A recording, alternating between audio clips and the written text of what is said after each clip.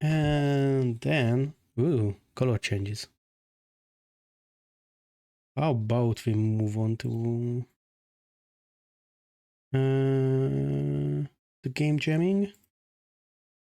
So, do I have the page up? I have. Should have a browser window. Yes. We're gonna hide PICO-8 from it. And card image. So yeah, we are gonna do the 20-second game jam. Last year I was part of the jam as well. I made Lina. And this year it sounds like we have some interesting themes, but all the themes in the 20-second game jam are optional, so you can include all three or include none if you want. The aim of the jam is to create a game that takes 20 seconds to finish. So we really are going for small little well polished and thought out videos with a few sponsors, with with Dragon Ruby, and I'm pretty sure yeah, Game Maker has a free for the jam link as well.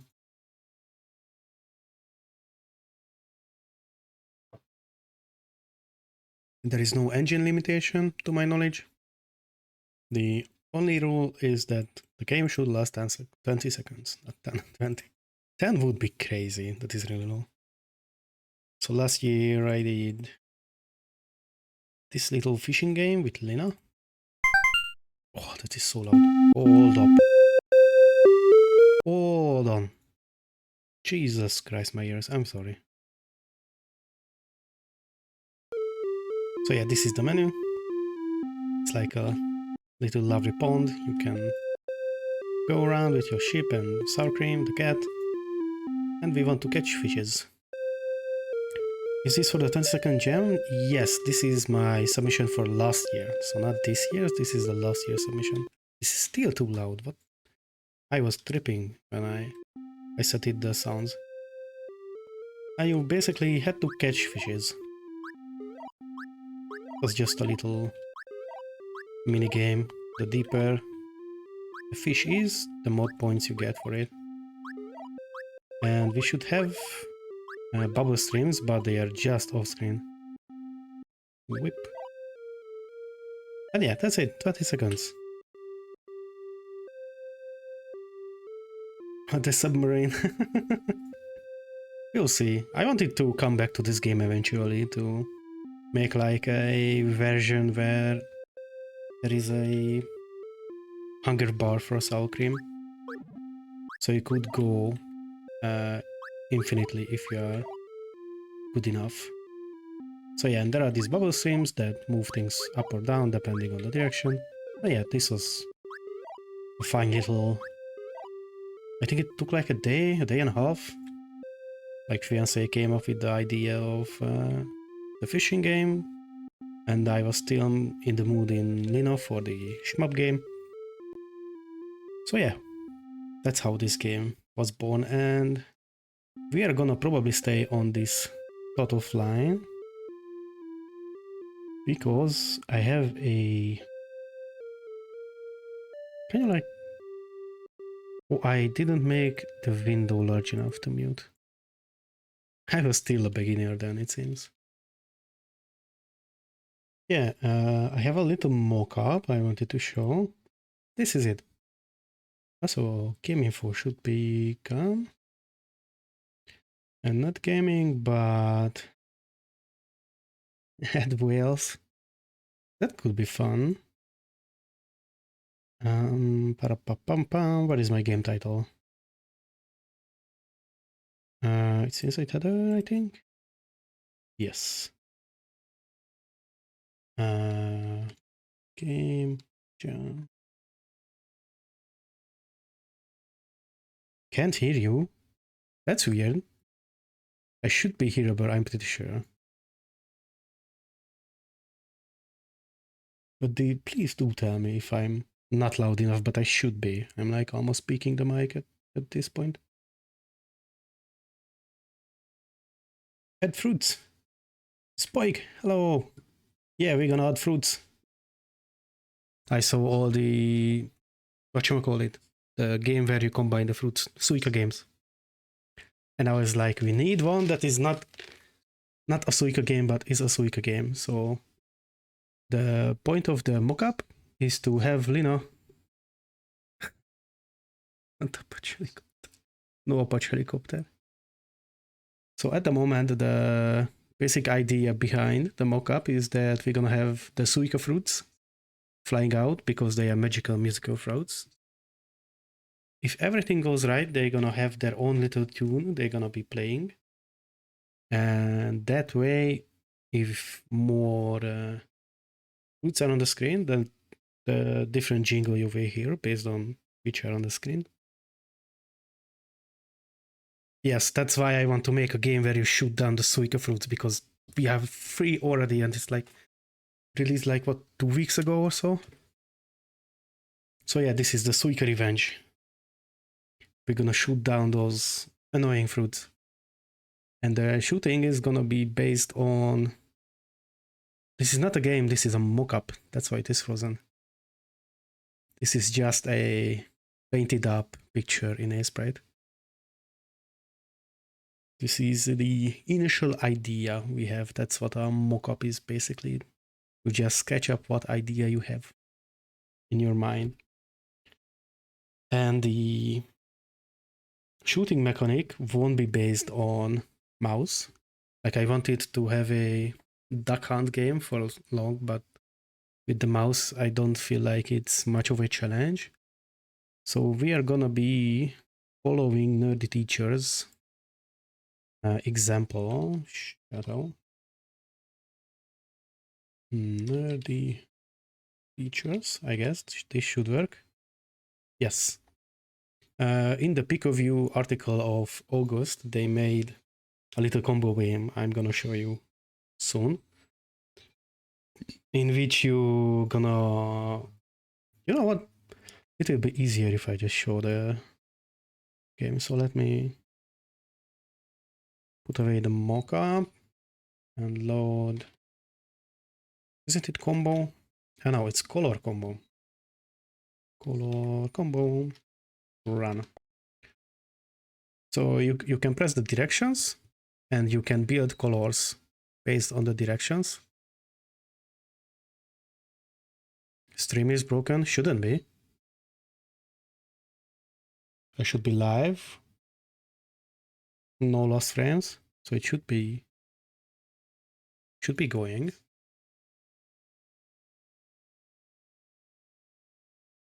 Showing half of the screen. No, it shouldn't be. So you can press the corrections, like the colors, and you can shoot down the little droplets with the color they have.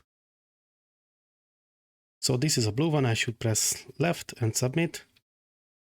And this is a purple one, so we combine those two. So it should be a directional game. So if we go back to here, you see the melon has up, up, and down. You should be able to press up, up, and down and the shoot button. And that way you can shoot the melon. No, I'm not playing multiple games. I'm just making this one for the moment. The mock-up you see will be turned into a game. There is audio. No. Please don't troll so much. There is audio, I'm pretty sure.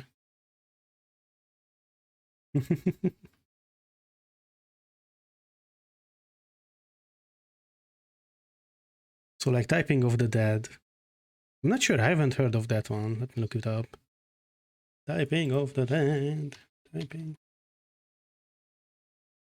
This is such a funny name. Typing of the Dead.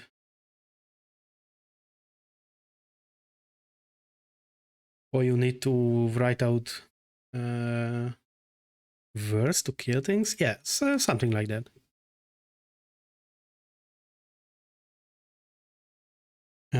So let me get rid of this one. We're gonna reboot PICO-8.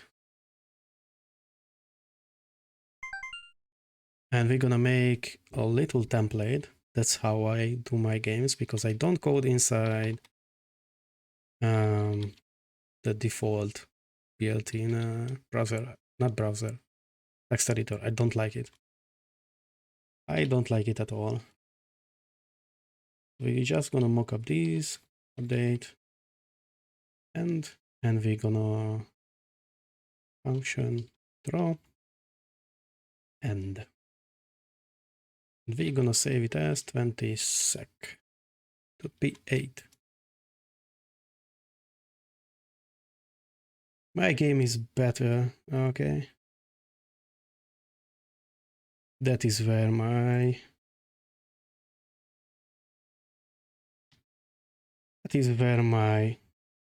patience ends. Like, trolling is fine, but doing nothing else but trolling is not.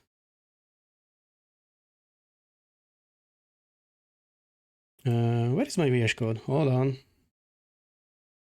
You should be visible. Thank you. And inside PICO-8 should be... why I don't see PICO-8? Hello.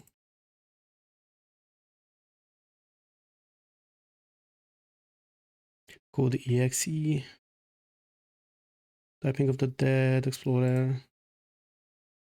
Hello. Let me pull in the PICO-8 game capture. Maybe that way?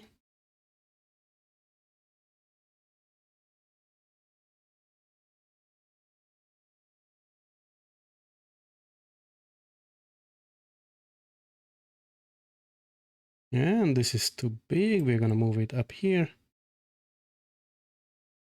And everything is back to order in the end.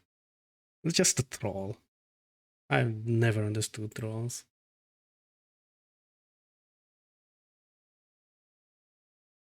Oh yeah, to-dos. Yeah, thank you. Demo is here to help me. So what you see on the screen is Nerdy's edition. Get keys to you. Thank you. Diamond is behind me, basically, because she's my fiance and we live together. So yeah, this is Nerdy's code that I showed you, the color combo. And we're gonna take some inspiration from this.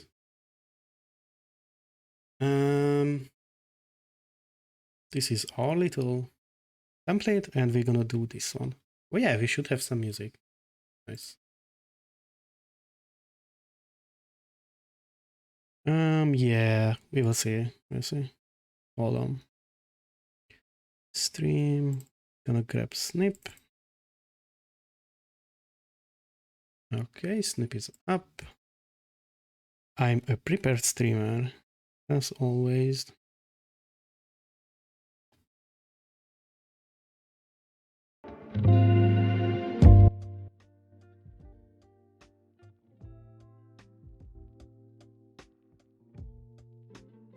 Now there should be... Yeah, now playing. And yeah, chat is in the middle. Why? It shouldn't be on the middle.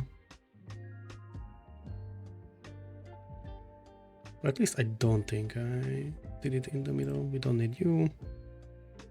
Oh yeah, that's why chat was there, because it's next to the little window.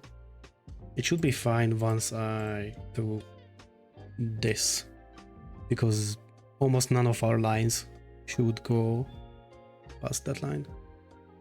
So what Nerdy did is that he had a color reference table with the combo systems and sprites attached to each combo. That's not exactly what we're gonna do, because we wanna have different combos for spawning fruits, but we want to limit the number of button presses you need for the incrementally bigger fruits. So like little fruits should have 1 or 2, bigger fruits should have 2, 3, and the biggest one should have like 4 or 5. So what we're gonna do is we're gonna create a function that is gonna be create combo. We're gonna have a length to it, which I'm probably misspelling because I always do, and I always forgot how you do it.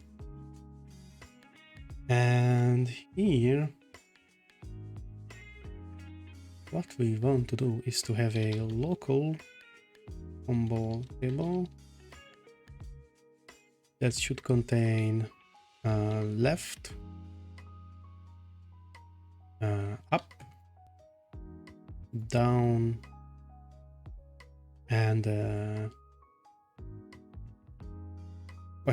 which one is missing? The right one. It's weekend. I'm sorry.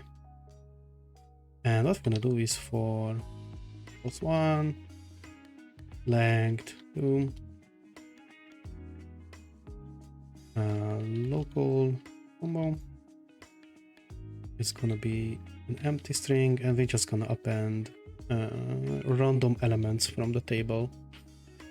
So combo should be combo dash, not dash, dot rnd and the table.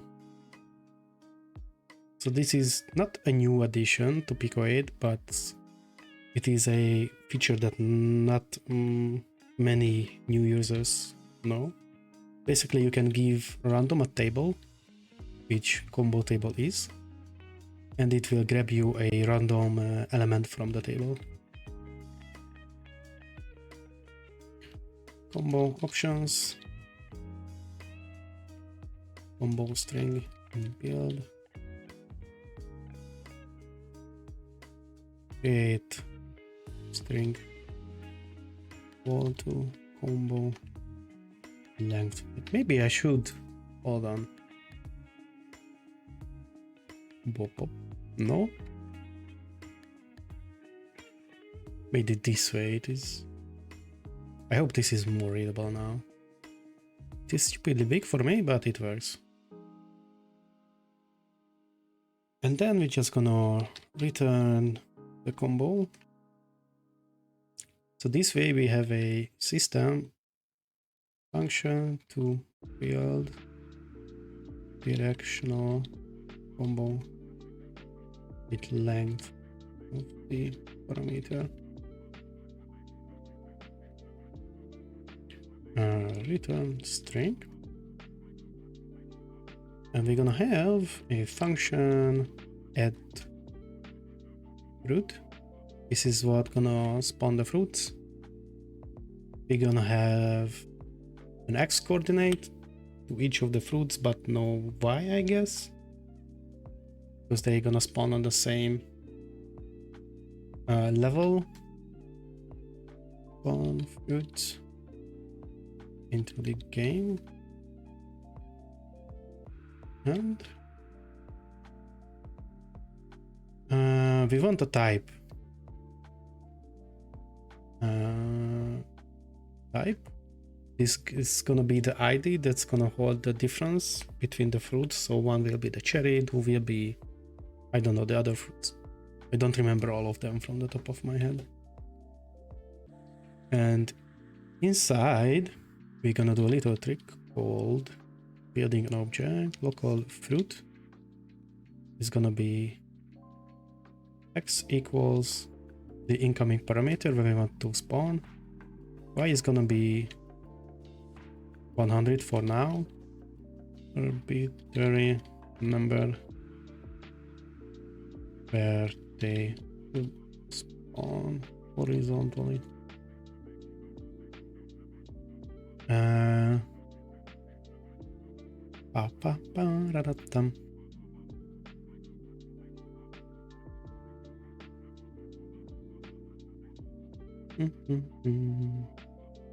They should have their type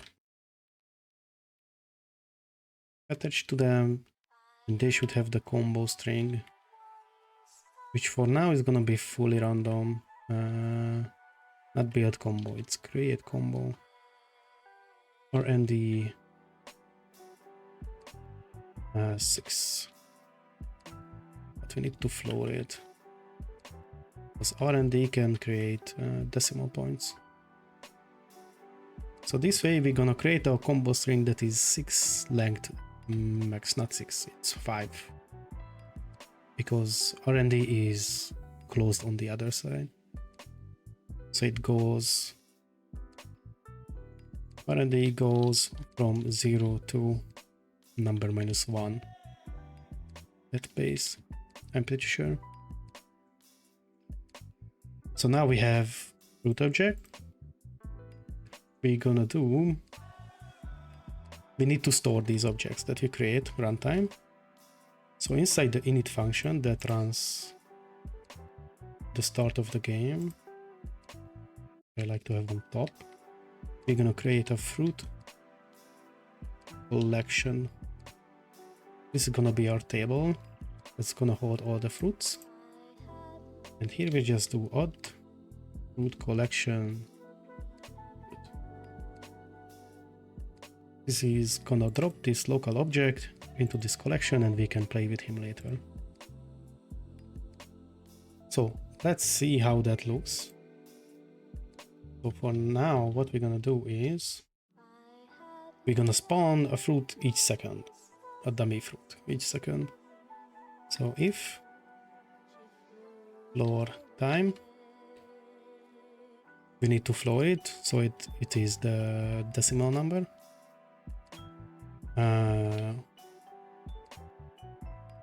How does that go? 2 equals 1. I think this is, no, this is, I always forgot, but we're gonna go with this. Yeah, it is gonna be every 2 seconds.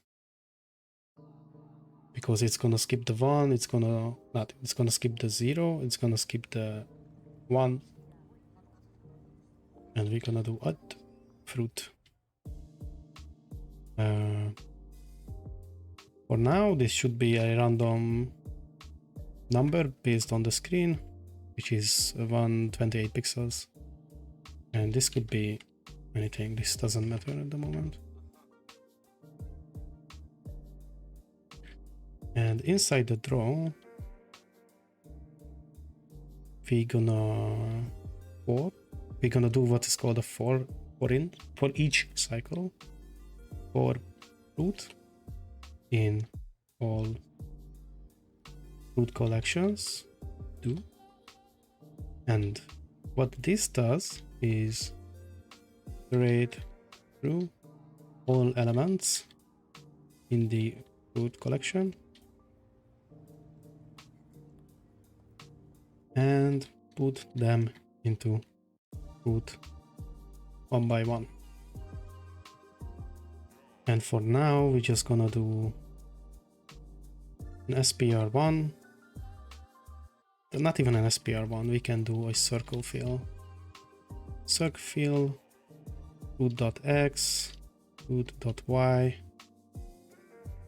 Doesn't matter, it's gonna be a 2 radius circle with color 7. And we're gonna call a CLS, is the clear screen. We're gonna save this, reload this, and I forgot something.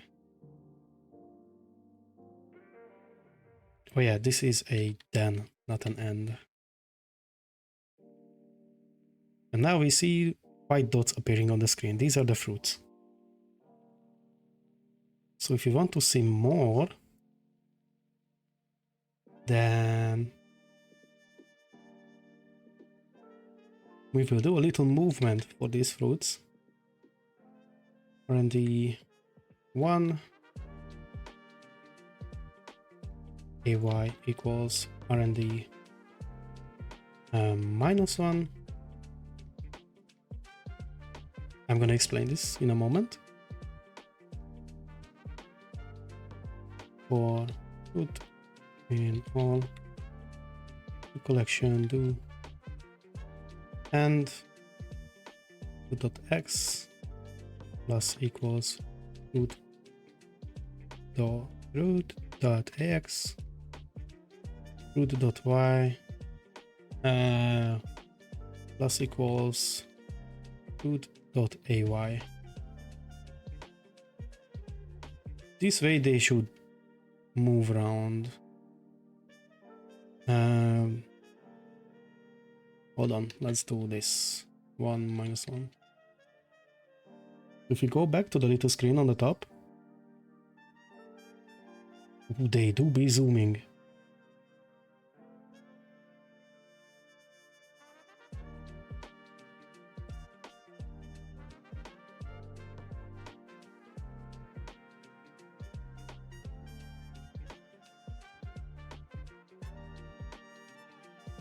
Food x plus equals food x, food y, ay.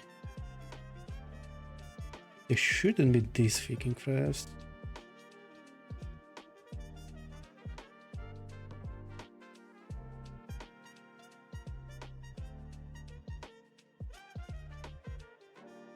So yeah, what we do is we have two variables indicating speed. Are questions about the code allowed? Yes. And I hope I can answer them. Acceleration in x direction.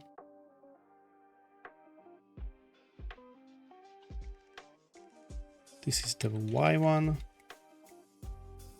Type indicating which route this one is.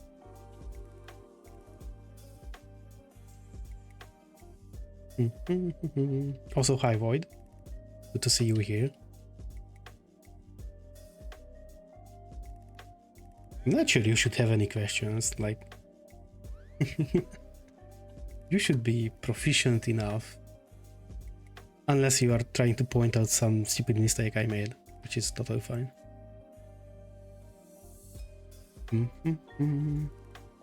Now we can get rid of this because the code should be long enough. You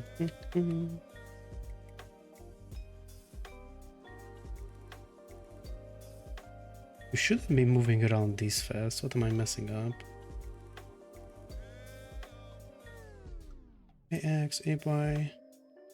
Like the 1 pixel should be just 1 pixel.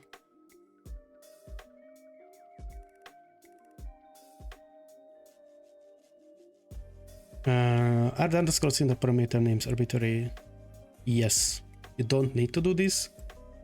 I just like to do this because sometimes you do this and some other calculation, and that way I don't get confused if I'm working with a local member variable or with the variable from the parameter. It's totally just my stupid style that I do.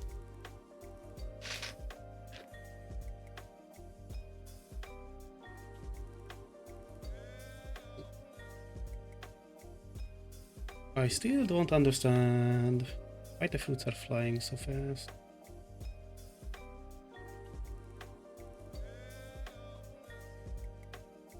Fruit collection. Also, I reached the point with the fruit that it looks funny to look at. I'm pretty sure you spell it like this, right? Fruit X, fruit Y. Plus equals. Yeah, I'm not modifying the AX. It looked like some OPO preparation. No, it is just stylistic choice. Nothing else.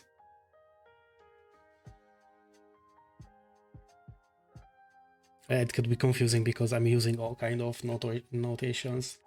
Like for the function names, I have the underscore snake case, I think it is called.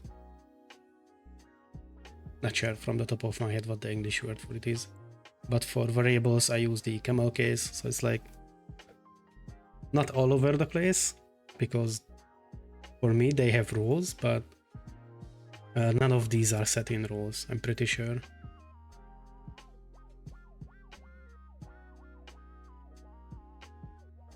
Still don't understand why the hell are they moving so fast. Like they shouldn't.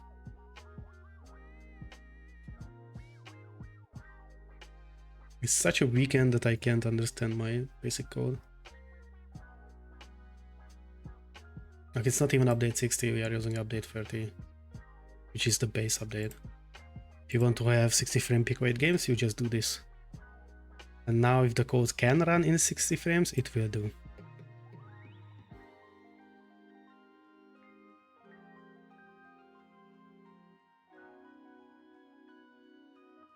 You know what? Let's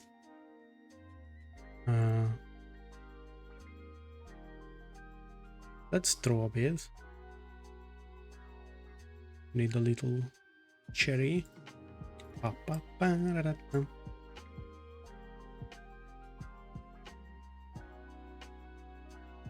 Nice, we have a little cherry. We save this. And we go back to the code. And now we can do SPR1. These are not needed anymore. Now we should have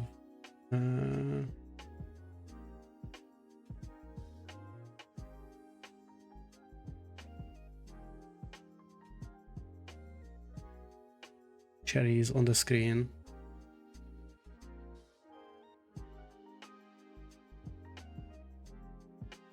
I still don't understand why they are teleporting. That's so weird. They appear on X and 100.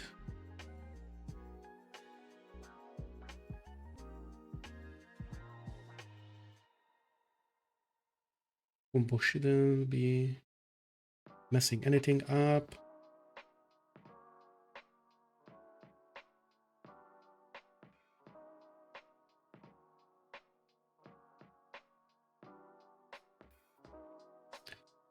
So let's do a little check and see. Check for this side of the screen, because I want the fruits to bounce back. Bounce back if reached. If fruit.x is smaller than 0, or fruit.x is greater than 128. For now this should do. This is not the exact way you should do this.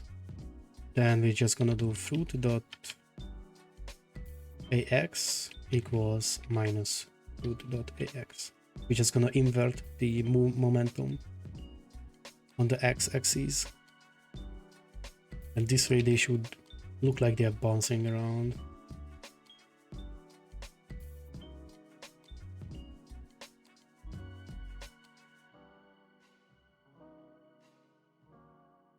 They are going crazy, and I'm going crazy because I don't understand why.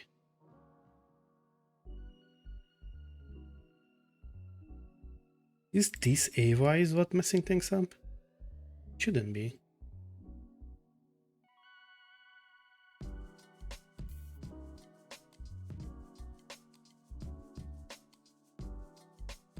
One. Minus 1.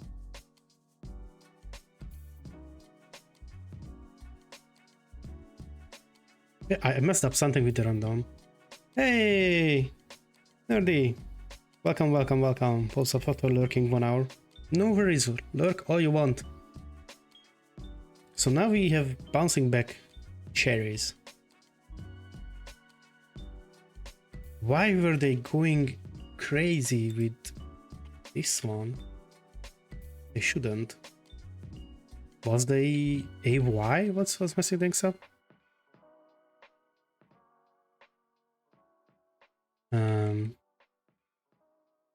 PICO-8 cannot handle the...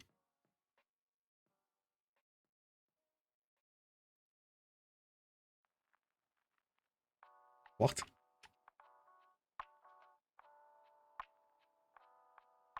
Oh, did I do -1 here and random doesn't know what to do with that? Oh, it looks like it. Okay. So let's do this instead. Wow, fruits.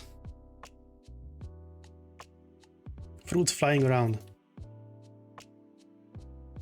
Okay, that's good to know that random doesn't handle negative numbers inside, which is weird. But okay. So now we're gonna increase this so we can see better. And under each fruit, we want to list the combo, the buttons needed for their combo. And now I know why Nerdy used the... I could swear I tried negative numbers, but looks like I didn't.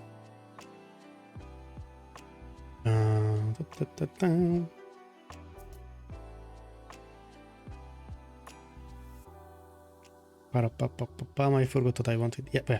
Now I know why you used the emojis, not directions. I should also use the emojis, and that way it is much easier to handle things later. Because now, because we have the we have the left, up, down, right, we should check which we have and print the button based around that. But if we already have the buttons here, then we just can just print the whole string at once. So let me pull up my node. Yeah, now I understand why you did that. I'm doing things a bit differently, but the base is the same, like the base idea. Because I want to have different combos for identical fruits. So like a cherry could have an up or down, left or right, but not more. And now, what we want to do? Do we want some math or are we lazy? For the time being, we want to just do root.combo 2. Oh, it is pulling. You have combo 2 here. Oh yeah, you have.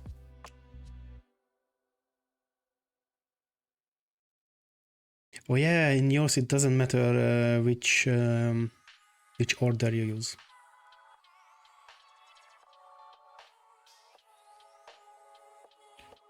Elder seems to handle the range from 0 to x, but x as an unsigned number. Oh, it's unsigned. Okay, that makes sense.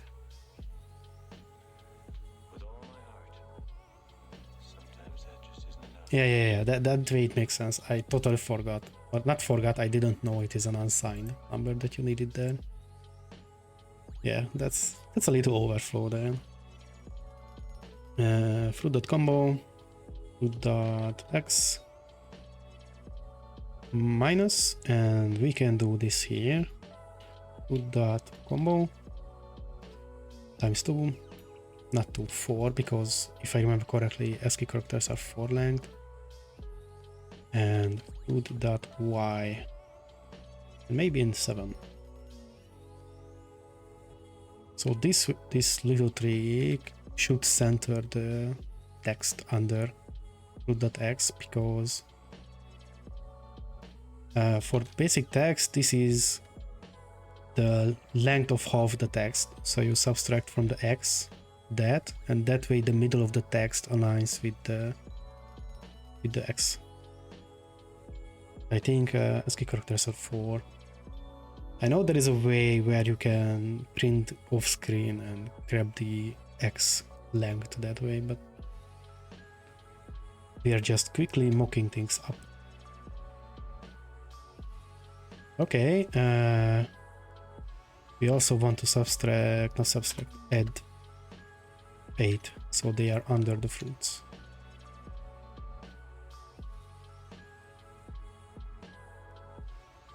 We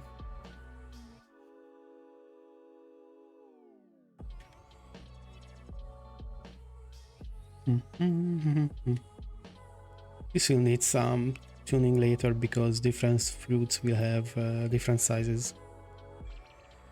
So we'll have to introduce some kind of width here. But for the time being, we are happy with this. What we want to do is, if I run PICO-8 again, and I do a Control P, that should show up on the screen, right? Hold on. If I switch to here, then it is showing up. This is basically a performance view of what's happening inside the engine. And you can clearly see the second number after 30/30 going up. And that is the CPU time needed for calculation. And it is going up because we're still handling the fruits off screen. And you don't want that. Fruits off screen should go away. So inside the update, where we handle our fruits, we're just gonna say if fruit.y is smaller than, I don't know, -10, so they are truly off screen, then we're just gonna delete del fruit collection. Also, hello Worksy. I think I forgot to say hello to you. Hope you're having a nice weekend. And this way, it shouldn't really go up once we see an average number on the screen. Yeah, it goes down. So it's like around 10 now, but it goes down to 9 as we delete fruits off screen. So now let's try to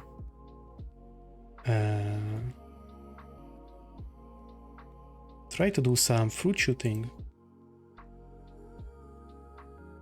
So what we want to do during gameplay, we want to press directions.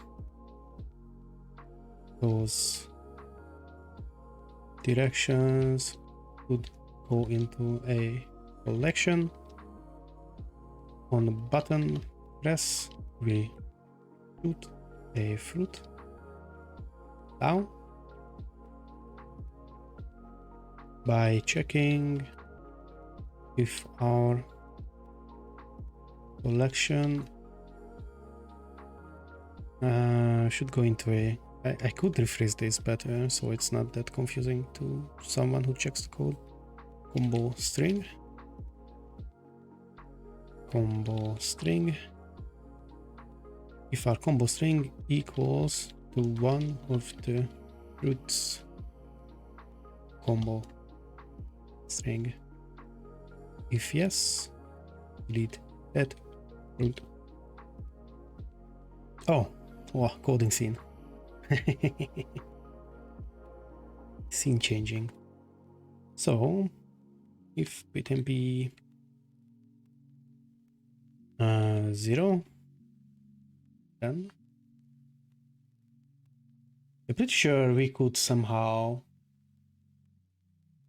grab the bit fields, but I don't want to play with that. We won't run out of tokens. We won't be running out of tokens anytime soon with this game. So inside the init, we should have a player combo string. It should be empty. And if we press left, which is button 0, PICO-8 buttons go clockwise this way. No, it goes 0, left is 0, right is 1, up is 2, down is 3. Doesn't go any feasible direction, it just goes. So player combo string should be now equaling player combo string plus the left emoji, which is up here. Boop. Boop. Save. And we're just gonna do this for all 4 buttons.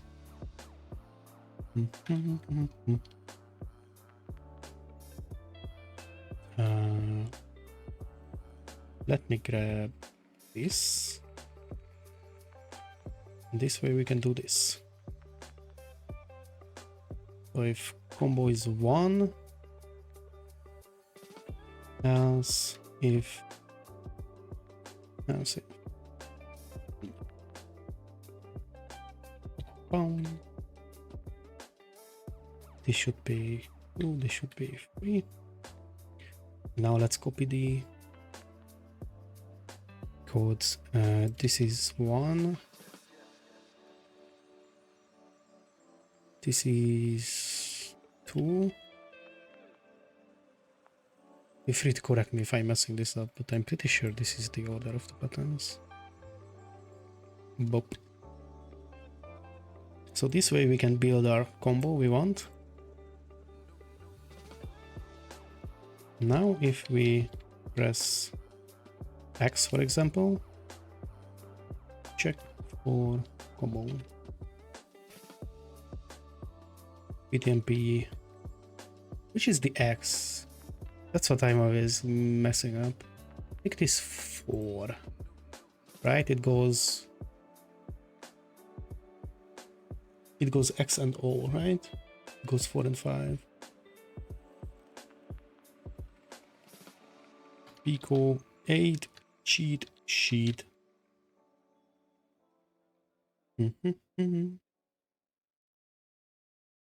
No, 5 is the X. Okay. I should really remember this by now. Then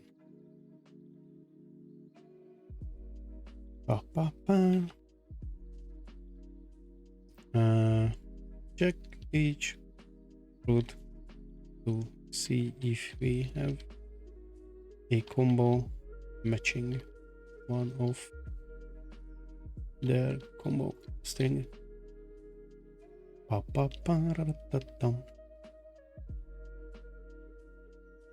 This could be a bit optimized, but I don't care.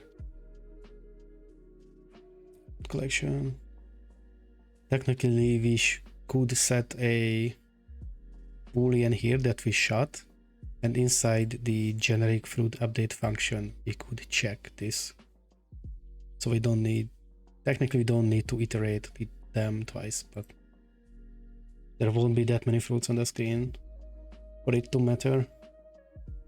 And this way, if someone beginner will ever look at this code, they will understand what the fuck is going on. That was my original plan with Lina fishy quest as well. If I found it. Take 3. No, this is the PNG. Oh, I don't have the P8 file. Damn it.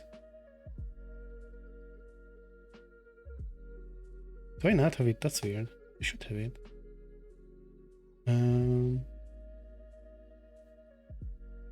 Yeah, this cart directory is a mess. Fishy. Not fishy. Fishy URL. Huh. You know what? Let's switch to here. Load fishy.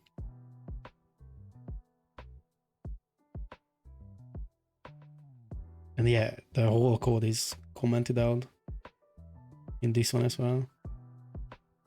More for it because this whole game was planned to be tinkerable. Like we have everything outside of the code, so I don't think we have any magic numbers. And that is the plan with this one as well. Load 20 sec.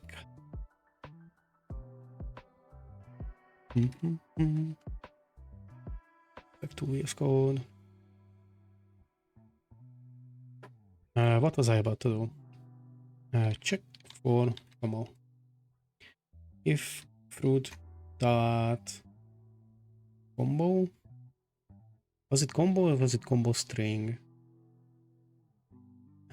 Fruit combo. How about we rename this to combo string so it aligns with the player combo string, so it's easier to read. Equals player dot.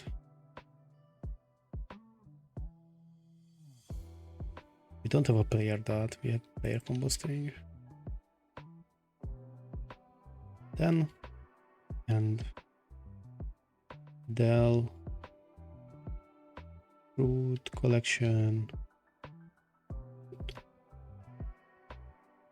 and we're just gonna out comment this, create one fruit during the init to see. So now if we go back to here, for fruit in all fruits, oh, I wrote then after the for. For has do on the end of it.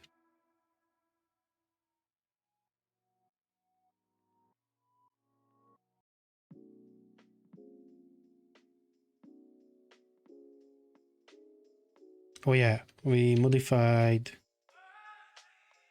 So this is a little debugging help for beginners. We modified this to combo string in the fruits. And now PICO-8 is telling us there is no combo in fruits because when we draw the fruits, we still use the combo, which doesn't exist anymore. This is now combo string. That should be our error. And next to here as well. This should be also combo string. And we have a nil.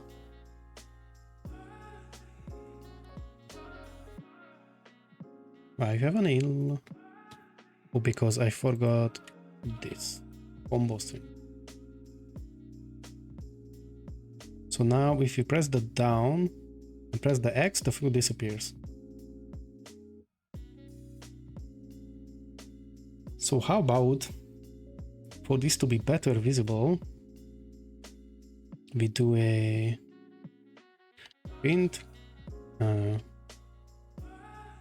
current combo player combo string. It should be 110 64 minus this stupid thing, but with player combo string,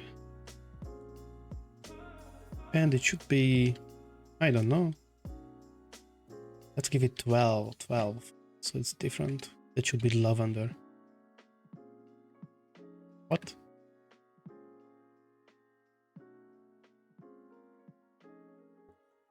Why are you moving upwards? Oh, I forgot the... No. Is the string... Oh, I'm stupid. I'm I mixed up. It is... This should be the X. And this should be the Y.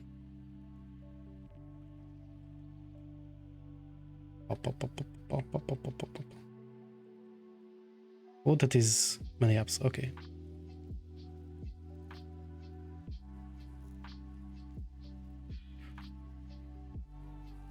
Let's play a combo string. Oh, I should. You know what? Local text to print. It's gonna do this.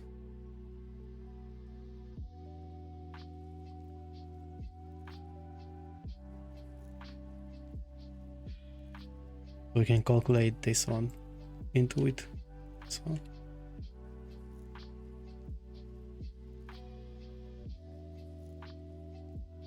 So we can now see the combo string,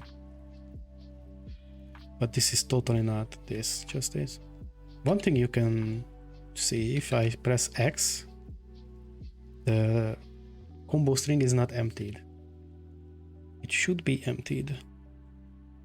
So we have an up cherry, we're gonna press X, the cherry disappears, but inside the combo string, we still have that up.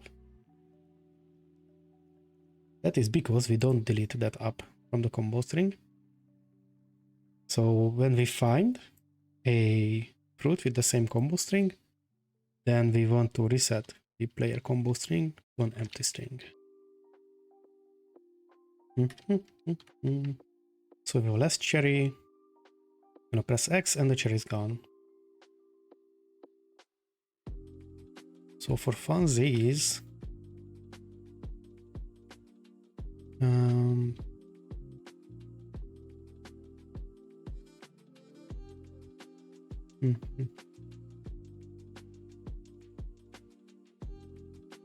dummy fruit spawning.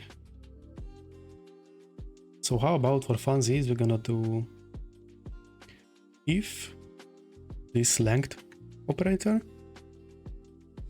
fruit collection is smaller than 3, then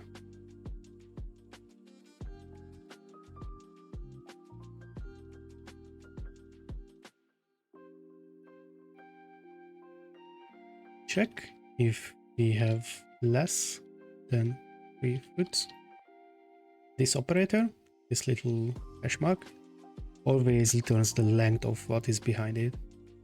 Returns the length or size of what is behind. For arrays, this is the number of elements inside. So this is one thing I always we don't need this. This is one thing I always mix up in PICO-8. To this day I don't know what is the correct word, because you can see I use fruit collection here but the array word here, and I never know which is the right one for Lua. I think they are calling them tables, like the third one, but yeah, I think we have a table as well, right? Yeah, we have combo table.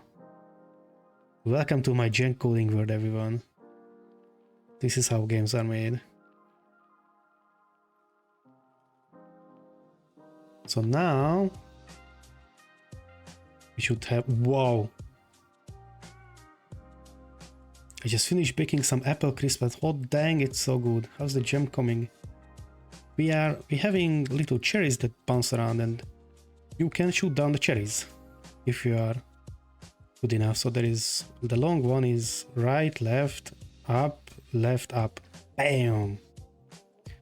Oh, there is a cherry without text. So the basic core of the game is inside already. We can shoot down fruits. Apple crisp. What is a crisp? I'm not familiar with the word, but sounds amazing because everything baked out of apples is amazing. My favorite dessert, cake, I don't know how you call them in English, is the humble Hungarian apple pie. If you can find my house, I can save you some. Okay, it's time to dog's fletch. Everyone, grab the IP. We are going. Apple crisp is like a cinnamon baked apple with a buttery oat topping. What? Hold up, this sounds amazing. Apple crisp. Boom. Also, you layer them inside the dish, the apple slices, and with cinnamon, and put the whole thing on top.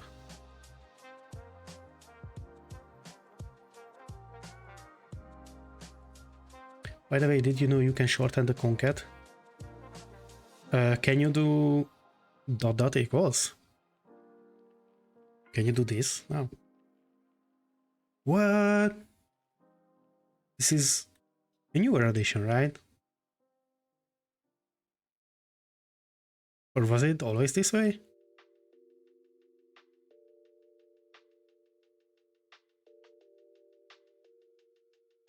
Or does my Lua come back from Löwe, and that's why I think it is no shortage? But newish, I think. Okay, okay.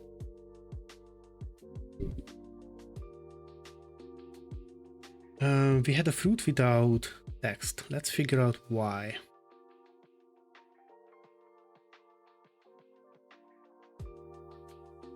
Oh, this is why. The chat Go back here. Why are you there? Go back. Jesus. OBS. What the hell? So we had a 0 cherry because of this one. This will always create, just how I tapped out, a random number between 0 and the number -1 you give it. So we're just gonna plop a +1 here and maybe a 3 here.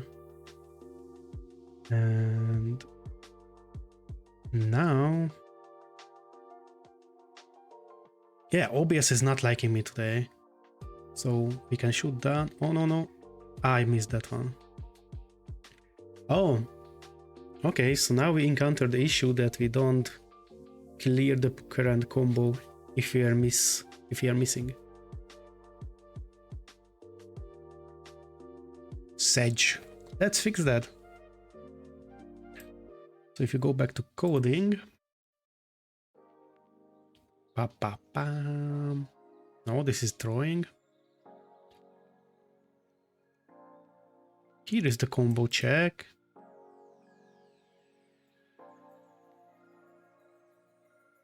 What we can do is, I mean, technically we could just do this. We can empty the string in the end. Then technically this is not needed. So this way, with each express, we empty the string. I'm not sure I want, but we can figure that out later. Hold on, let me get back to Apple Crisp, because I want that. Yeah, I need some kind of short recipe, because this sounds amazing. Is it like an upside down apple pie? Yeah, you just drop in the chopped apples with cinnamon, lemon, brown sugar. Separate mixing bowl, brown sugar, oat, cinnamon, salt, diced cold butter. Ooh, this sounds amazing. Okay. I know what we are making today. Not today, tomorrow.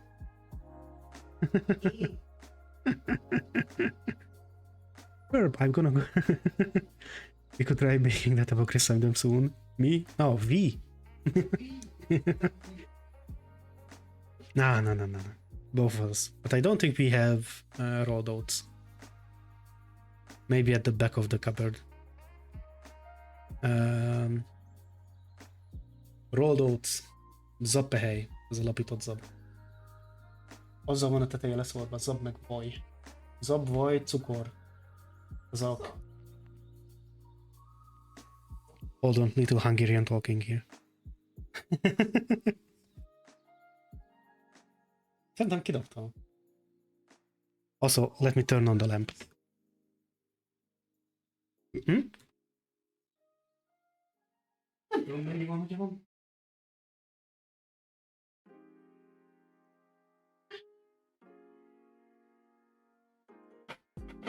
Thanks for the recipe idea, Fletch.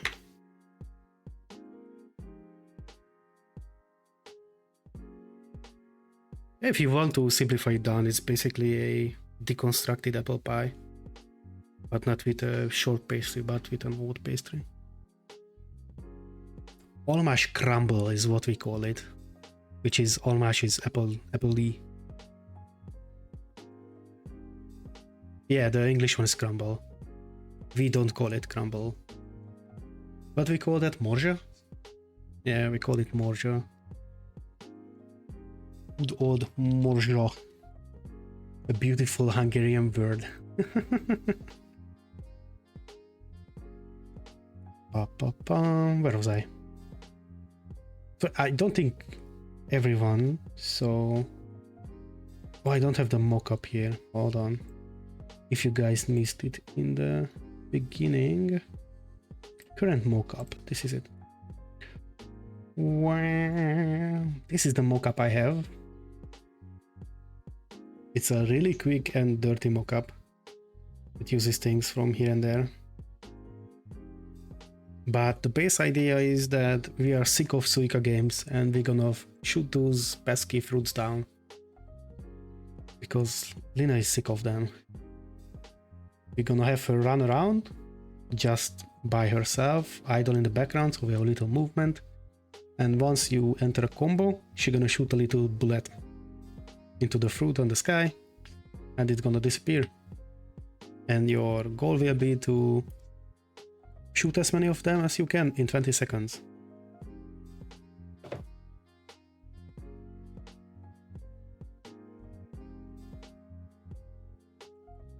If I get to it and I'm good enough, the other plan is to have each fruit with their own little part of a jingle. So different fruits on the screen will create a little different jingle. So like the cherry is gonna have a little bob bob and the orange is gonna have a toot toot. So with the cherry and the orange on the screen, you will have a bob bob toot toot going on in the background. Me and the song words and music sounds. Bob bob and toot toot. But yeah, we're gonna see that because I have zero music inclination.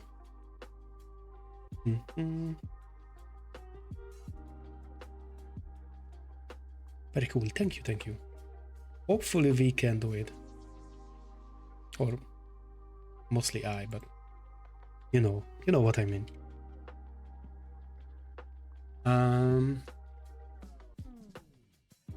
So why is the text not aligned on the middle? Because I'm stupid and I don't add 4 to it. It is aligning with the middle of the edge of the sprite. We could do this. Not there. Here. I need to write this up why that is there. So now it should be aligned on the middle of the cherry. Yep. Beep, beep.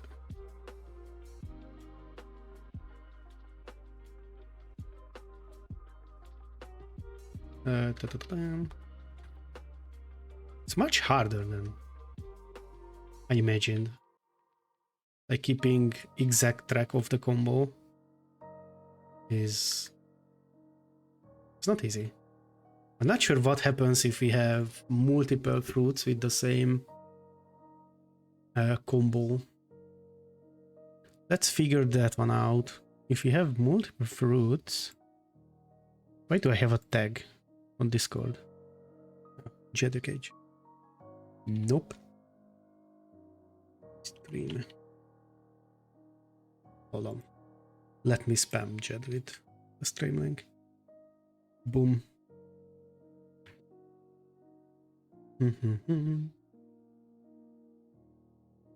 Mac. Chat in 3, 2, 1. So yeah, let's figure out what will happen if we have multiple fruits with the same string. Check for combo. So we iterate first and empty second. So at the moment, if we have fruits spawning with the same string, they will be all shut down. Question is do we want that to happen or not?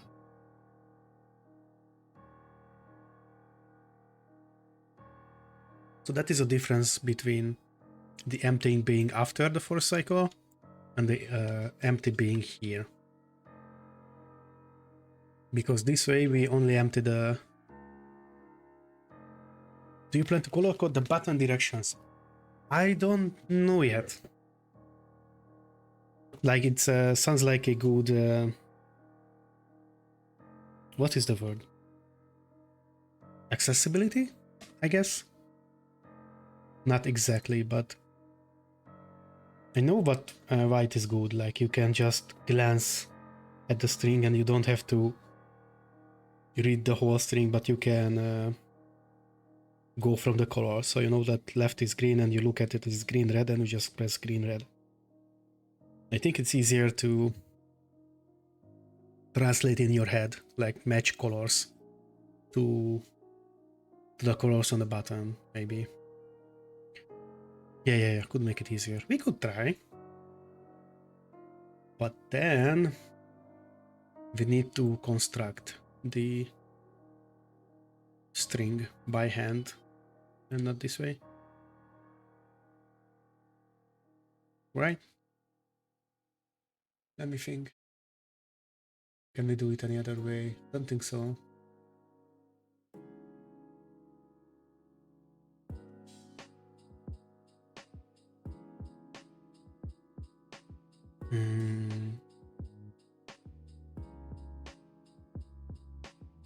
Can I do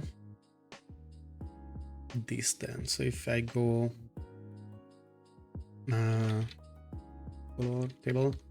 Also, someone who is proficient in Lua. Do you say table? Do you say a collection? Or do you say array in Lua? What is the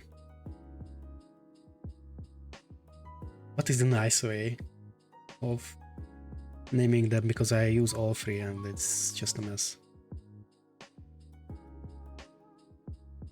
And I'm pretty sure that could confuse beginners. So I think we could do this, right? That should work, because then it should... but can I do this without even the strings? I should be able to do this without the strings, right?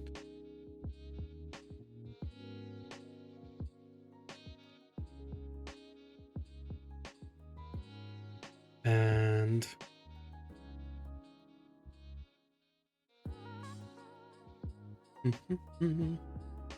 let's go with this. Let's go with the... Oh, I don't like 8. Let's not go with that. 9, 10, 11, 12. 9. And this is not this, but this. That's a different language. Oh my god. I hate when I do that. 11. 12.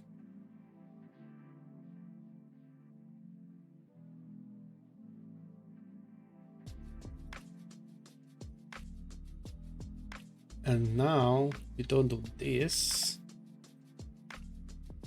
but we do for I equals 1 2 dot combo string 2 print root dot combo I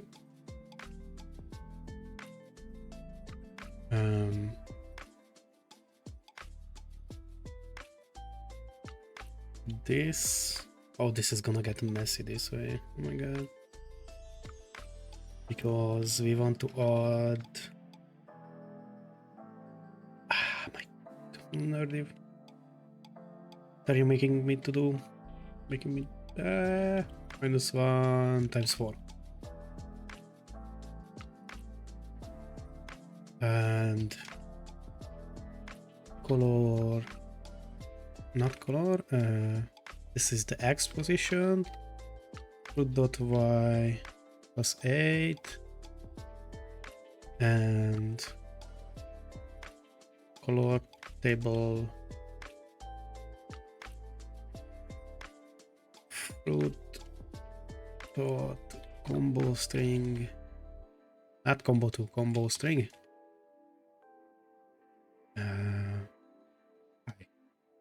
Right.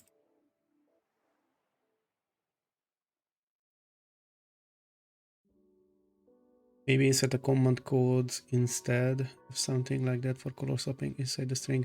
I have never done that. So that would take a lot more time, but I could look up that. But I have never done any control codes. So I have no idea how they work. Honestly.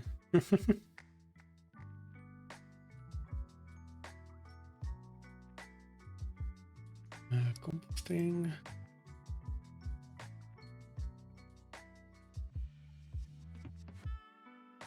I'm not sure if this will work, but we will see. But the string looks really messy. I can imagine. I saw a few people play with them, but they just always looked.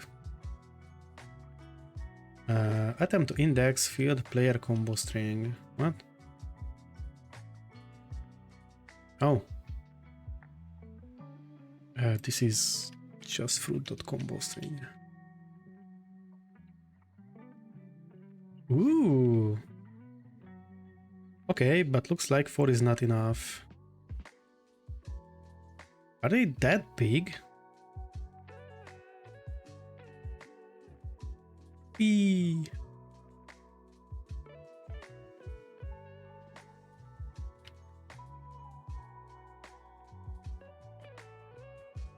One other idea was, because I was not sold on the musical fruit idea, because oh fuck me. Hold up. What? Down, up, right. What? Down, up, right. Oh, I was pressing left.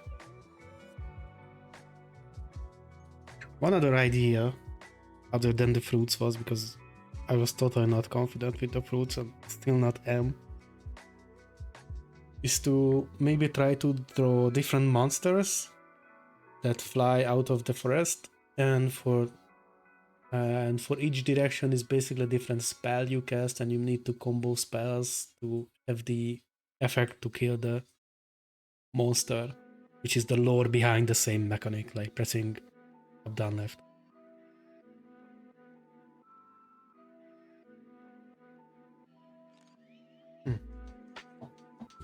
Take a sip, everyone, if you haven't, because my mouth is running dry.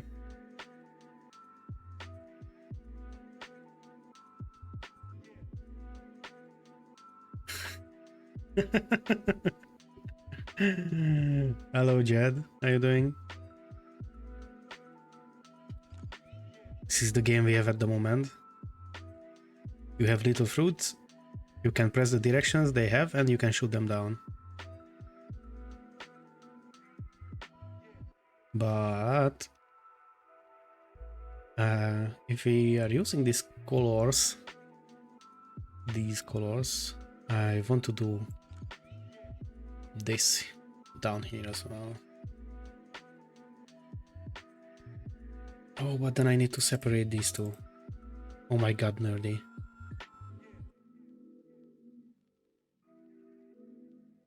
Oh, fuck me. How you doing, Jed? How you doing?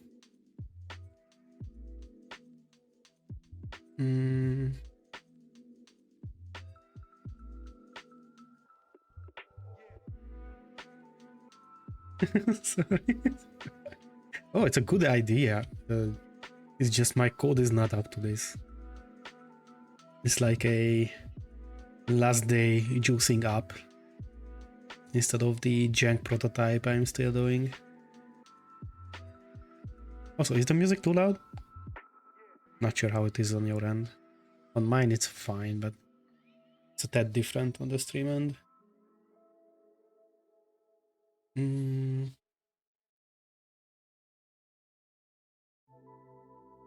Oh, now I need to calculate the length of this.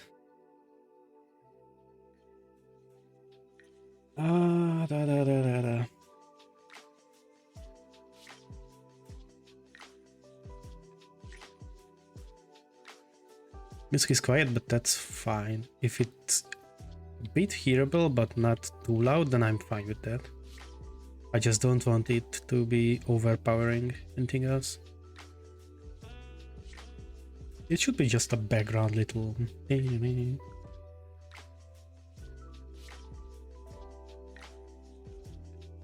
Oh, good then. Thank you. Like, I could turn it up a bit if you guys want, but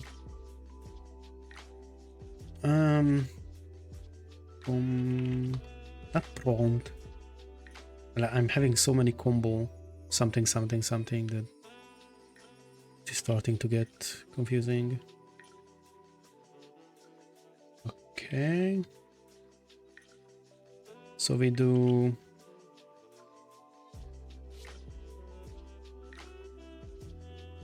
Let's align it to the side for the time being.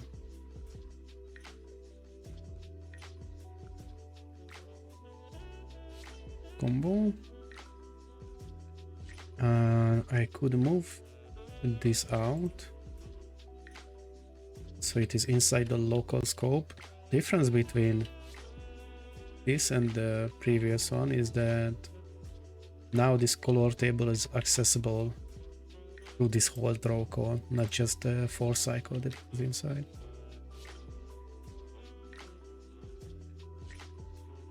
So now we can use the same color table down here. So we use this yet again, but now it is player combo string. VS Code, cooperate, thank you. This is all player combo string. And this is not X, but so we're not printing to the bottom of the fruit, we are printing to 2 plus combo text length times 2.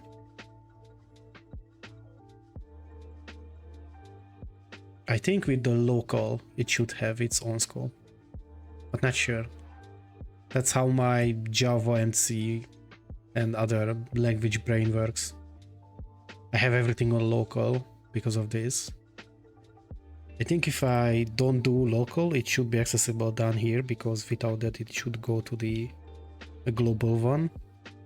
The global environment, or how you call that in Lua. I mean, we can try. Just a quick check to do.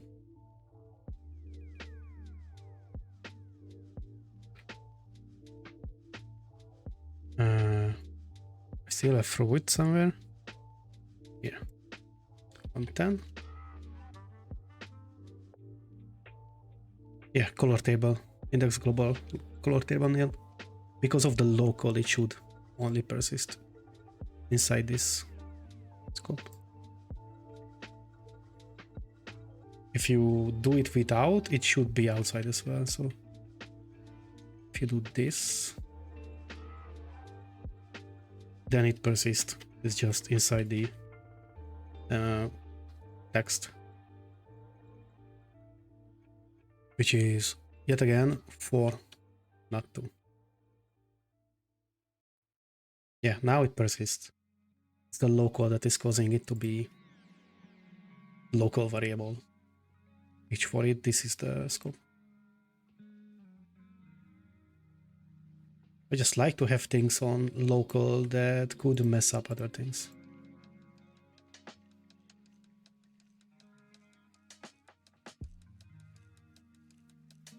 I think local basically applies to any, I think the right to disclosure. So basically any opened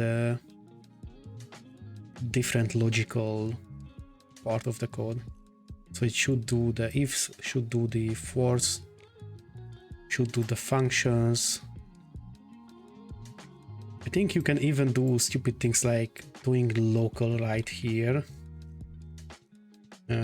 Local cheese equals 2. Oh no, you cannot do that because that's 2 equals. There are stupid cases where you can embed things like this. I'm pretty sure. Only if you preface your variables with local. Yes. Yes. Only if you do this. Which yet again, I just like because it cannot mess anything else up somewhere else in the code. So if I do a color table up here, they should not collide with each other.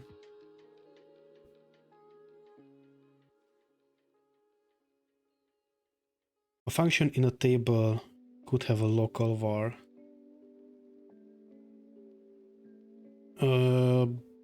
I guess. Never did a function in a table, but it should be. If you can embed functions inside table, then yeah, it should.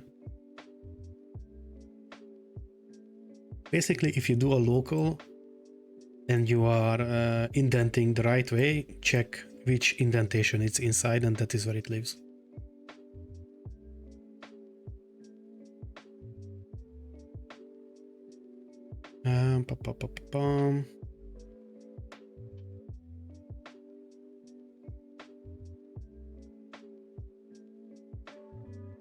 Hold up, where were we?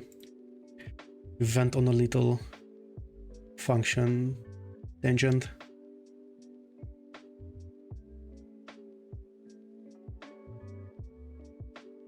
Why do we have dark red? Did I modify the 12 to 2? Oh no, this should not be 2. This is 9. Which doesn't matter at the moment because we are just doing them for fun.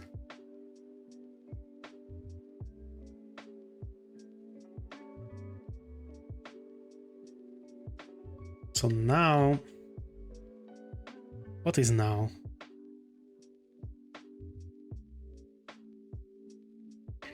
Just in case you want to try the command code. Oh, hold on. It could. I think for me it appears. If for others don't, let me check. Link protection. No, link protection is off at the moment because we live dangerously. So it should appear to others. Like I can see it in my chat. Please do tell me if you don't.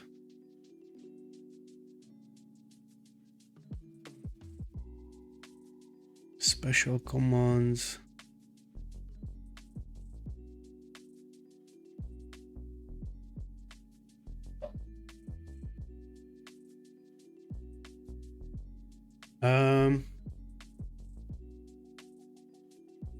F is all it is to change text color, but I still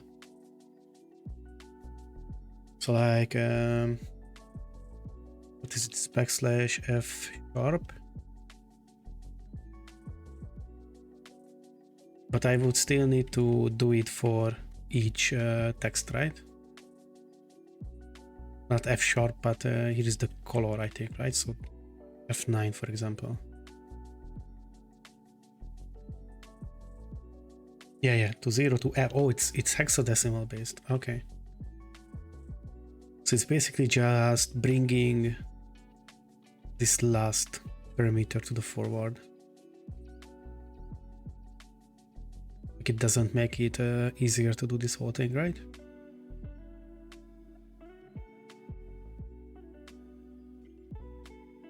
I don't think it does.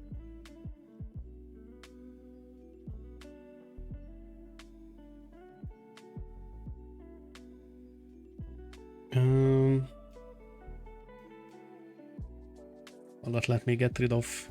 So if anyone is wondering what this GFX is, this is the part of the Lua code where it stores the sprite data with hexadecimals. So you can see. Not sure if I can zoom out enough. Hold on. I can show an example if you haven't seen it. So if I open Lina and I scroll down and I move, hold on, let me quickly disappear. So here you can see much better the sprites inside Lina. These are the dragons and the big eyes and the owls. There is the moon. There is a splash screen. So the GFX is the part where it stores the sprite data. Label is the cart label you have.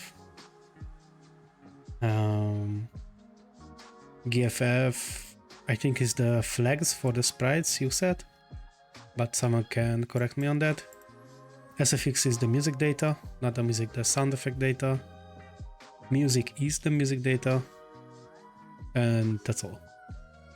That's all this ugly thing under the file is. Boop.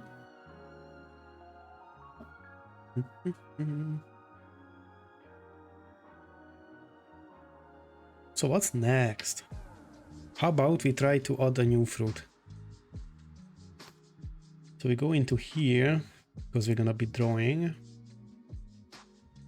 and I need to look up what fruits are inside. Suika game fruit list.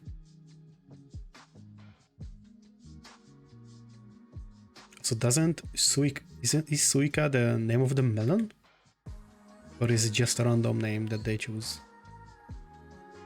Because I don't know any Japanese. I think it is from there. I don't. It's for Switch. Yeah, but I don't know the OG language. Which is it in? Yeah, Japanese. So is Suika the Suika? Meaning borrowed from Japanese Suika watermelon. Yes, it looks like. That's why it is called a watermelon game. I don't think I can dox myself by showing this. So here is the list of all the fruits.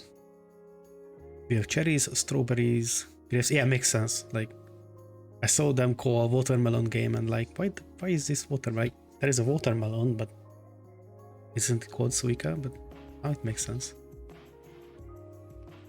Oh my god, so many fruits. Decopon? What is a decopon? Learning day. Decopon. It's a variety of the Satsuma orange. Huh.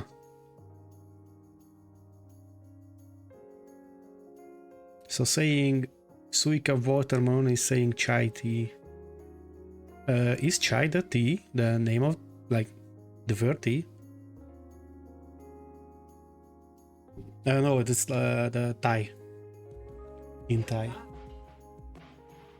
Chai means tea, yeah. Okay. I always thought it means something like spiced. But it makes sense now.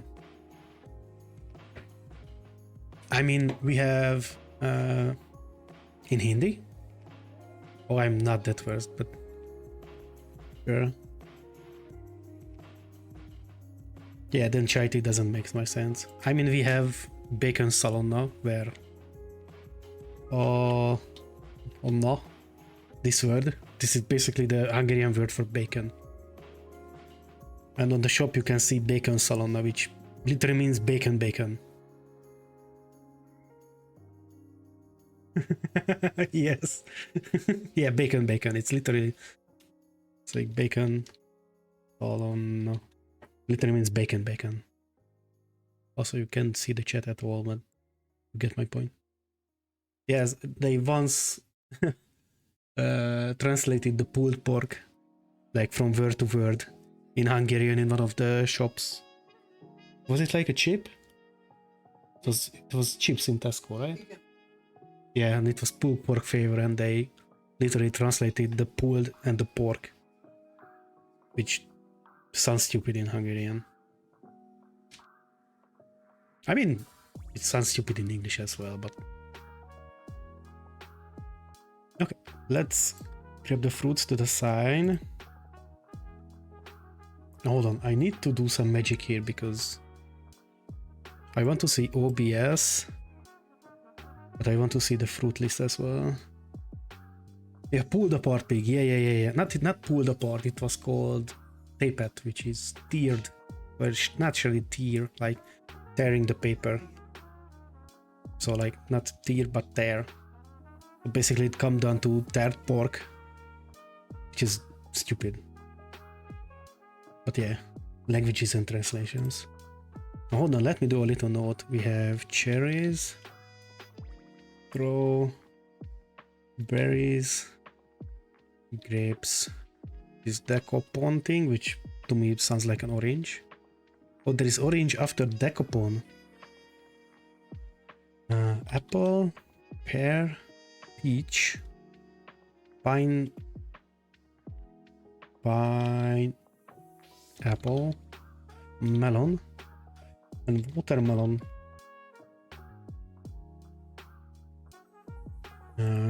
Which is funny because I'm pretty sure most Hungarians use the melon for watermelon. Even though we have different melons. Okay. Go away. Oh, this is the note I need. So we have cherries. I wanted to tinker with a different whatchamacallit, sprite palette, because the mockup has different colors as well. Should we do that now? Hold on. How many colors does my mockup have?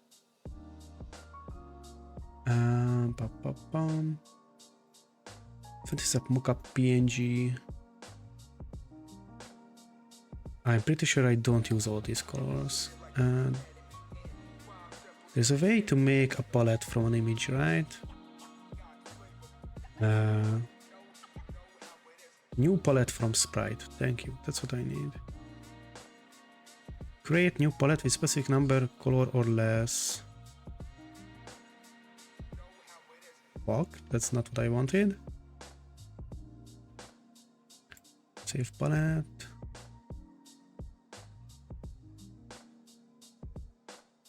I'm pretty sure you can save an image as a palette inside. This sprite, do I need to change? No. I did it once and I cannot remember. Ledge, do you know how to do it if you're still here? You are the big sprite mage.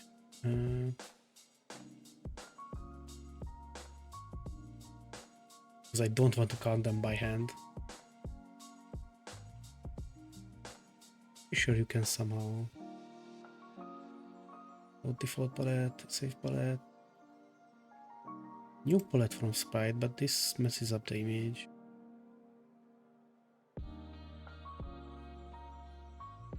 Oh, come on, internet, help me. Need a browser. Right, count number of colors on image. Not colored pixel. Number of colored pixels, not colored pixels. I want to get the number of colors they used. Number of colors on image. You are not helping me, internet.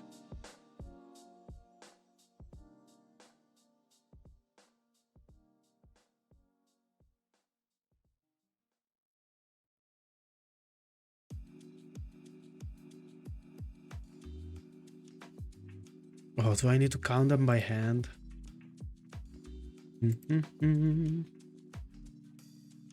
Let me do this so you have at least.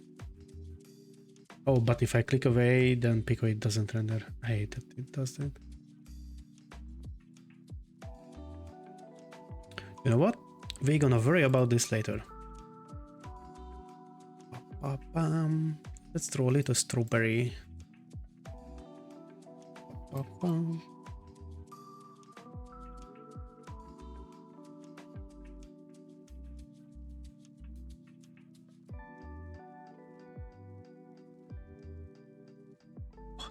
This is the ugliest strawberry I have seen, but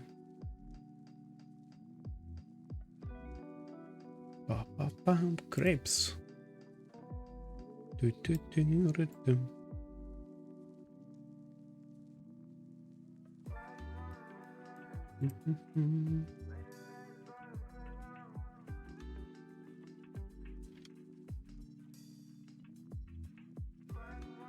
This is where my pixel art will suffer, and your eyes too. Do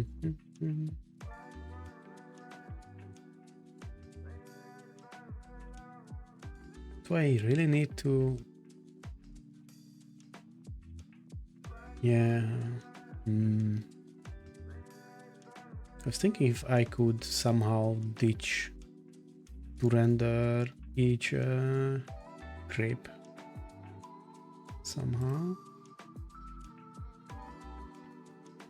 But I don't think there is a way to do that.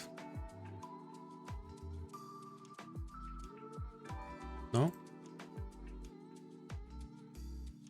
Come on, give me back the...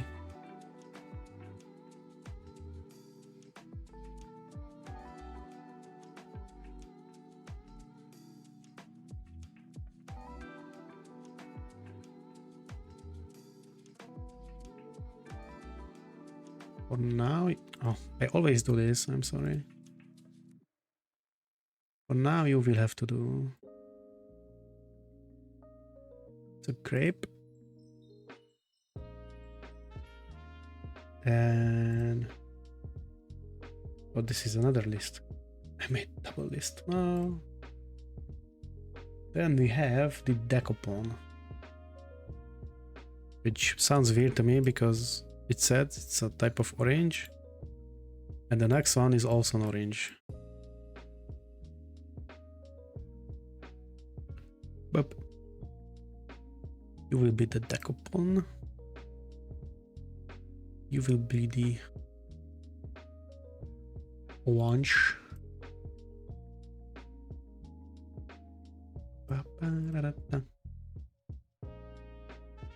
Maybe this way. Don't want to use this green. This green will be switched for sure.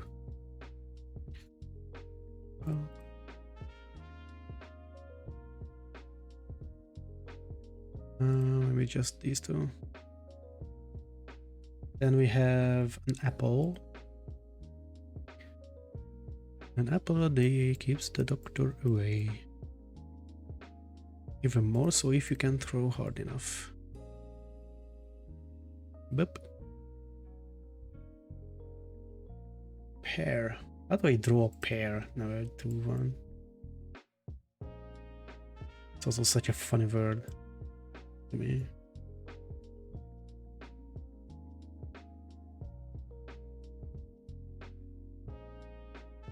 Okay, so I just do an apple with a big butt and green.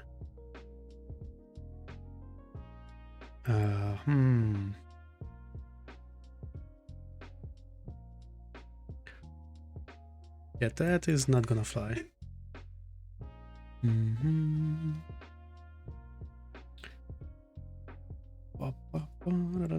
Or it's gonna fly, but not in that way. I want it to look good.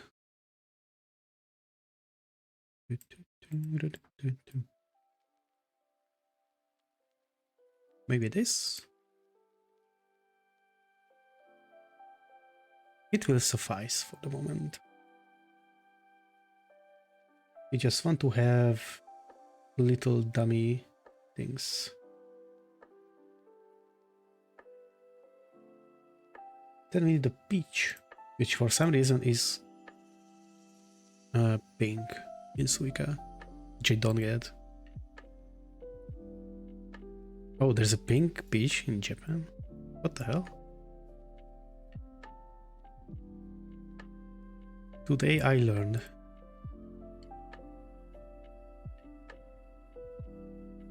Time mode is behind me and helping me with my stupidity.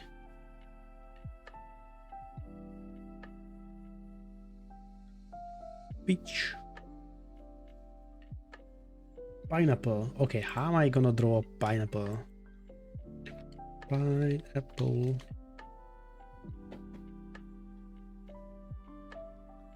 Because this is the part, so we're gonna modify all this later because I really do want them to have distinct different sizes. You know what? Let's stop with these. And let's do some fun. Let's have some fun with these. So I saved this so I can just go back to my VS Code, and now the sprite data is inside. If you are using an external editor, you want to always save whichever you are working on, and then work after on the other. Because otherwise you're gonna get them off sync, and that is a pain. So how many fruits there are there? You know what I mean?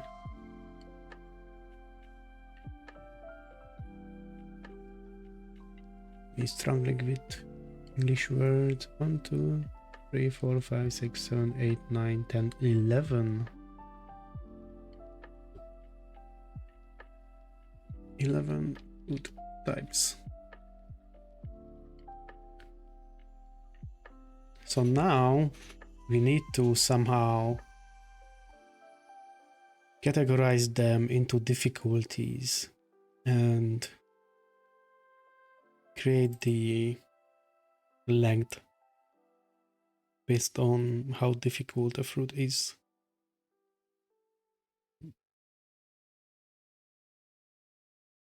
So if there are 10, then if we group them into 4s, then we can go up, and we need to do more, for sure. Because like for the last ones I want to have like 5 or 6 directions at max. I think 5 is what the top should be.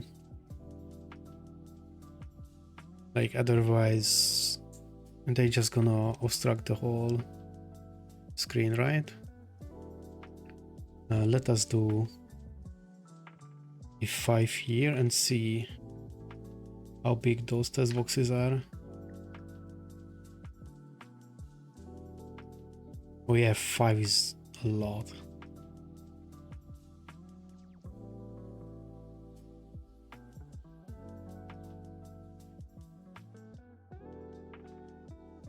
I mean, if we have bigger fruits as well, like the 5 is gonna be for like melons, the 2 melons on the top, I guess, which in theory should be 2x2 sprites, not 1x1 sprites.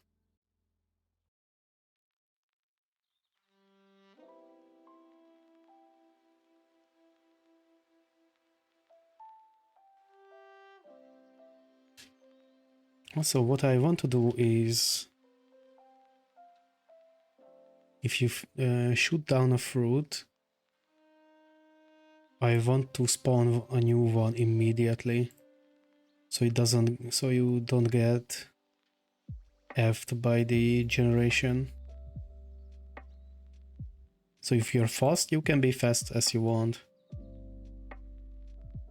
and that way you can get more points throughout the 20 seconds of the game's life. So if I do this, then a new one, yeah, immediately a new one spawns, which is what we want. Hold on, no, that's wrong. I do wonder if I want to have a clear the combos text button, like if I mess up this way, or like even in the middle.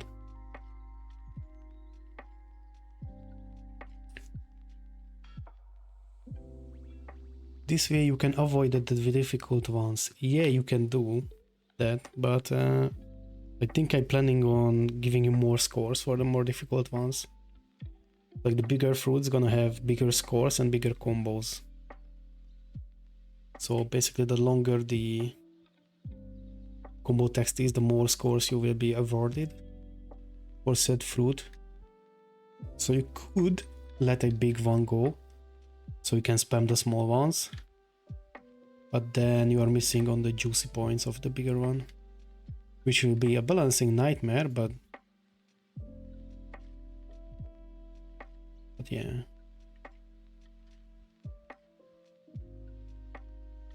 Like For the 20-second one, I don't think I... Oh yeah, we killed both. Nice. I don't think I want to have a live system. Maybe we could have one. That's like up to discussion.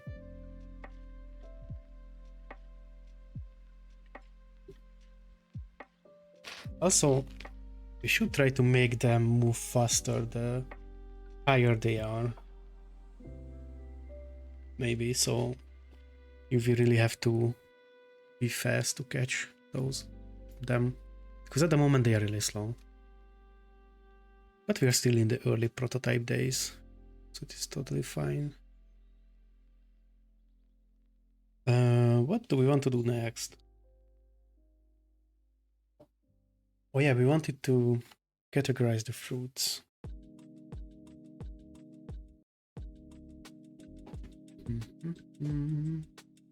So they have different combo lengths. Create combo.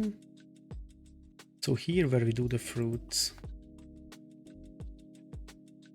So if we want to have the two biggest ones on the 5, we have 11, right? So we could do 1, 2 with 1.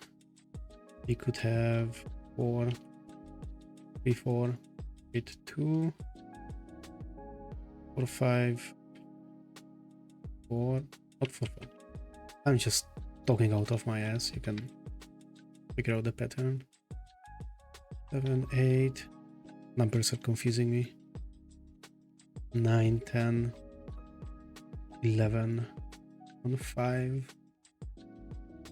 Or maybe just have 9, 10 on 5. And the 11th on the 6.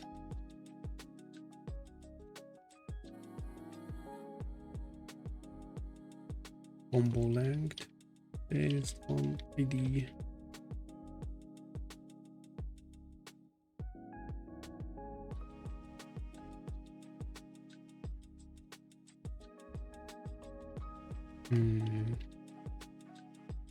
Local combo length table.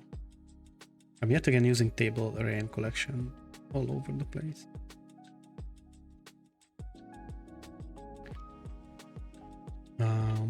One, 1, 2, 3, 3.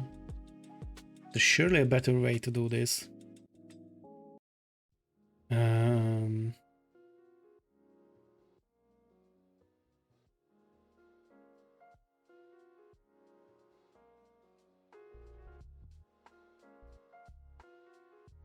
Isn't this just ID modulo 13?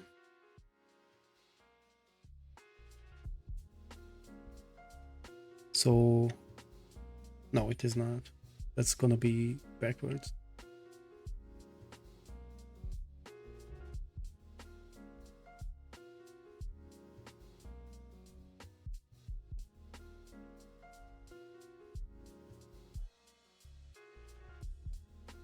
Yeah, that's gonna be backwards exactly, right? No, that's not even. It's like...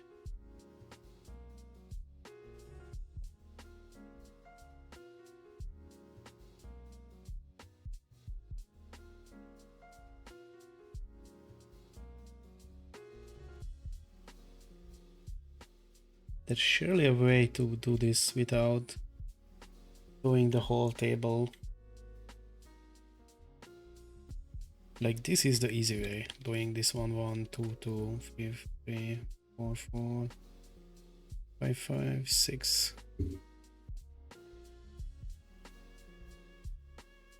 But I'm pretty sure there should be some math involved in this.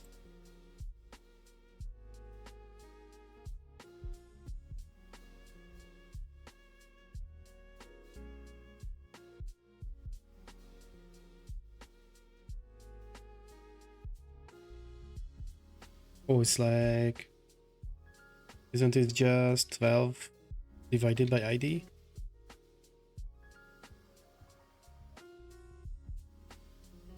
No, that is yet again backwards.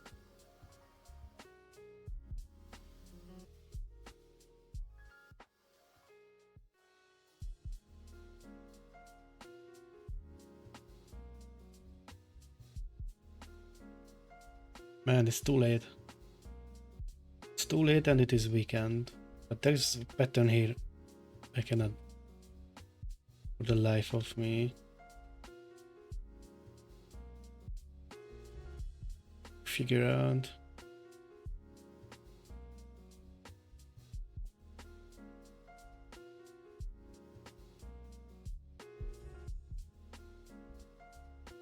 This should be an easy pattern.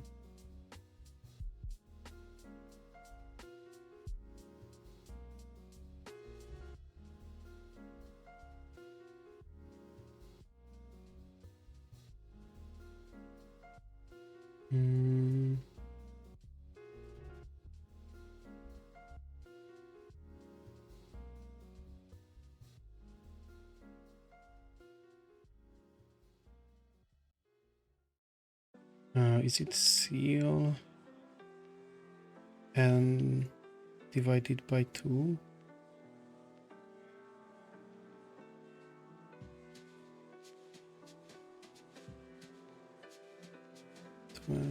Is 6 as well.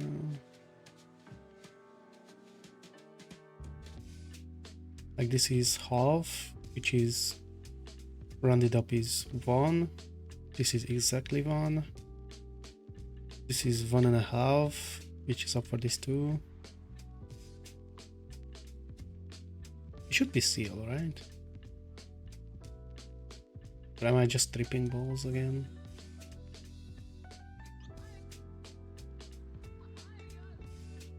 Also, you should be indented.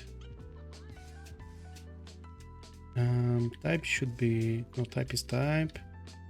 And here the combo string length is, I don't need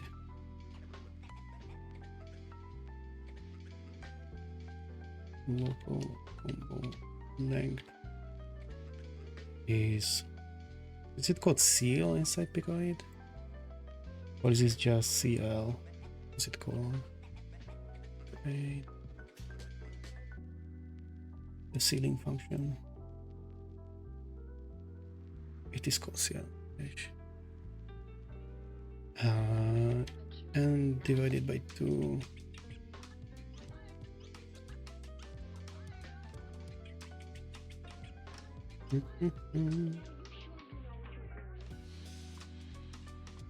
And this is now then combo length plus 1. Combo length plus 1.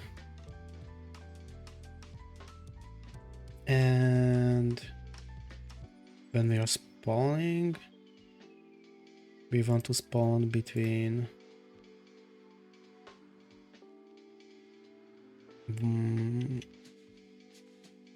we want to spawn between R&D 8 plus 1. I'm not sure if I need to floor this from the top of my head because it's weekend, but never hurts to floor something. So this should do 1 to 8. So we can spawn all fruits. And right, this is not N, but is type. And then in the drawing, we want to not do 1, but fruit dot type, right? Buckle in. Oh, I do have a 0 inside. Give me type of the fruit as well.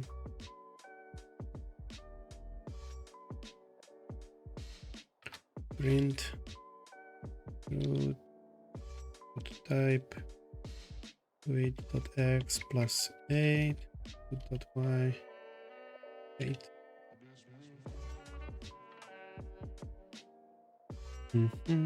So it says that the Japanese orange is 4, which is 4. Why do you have this 0 in? Hold on, do they have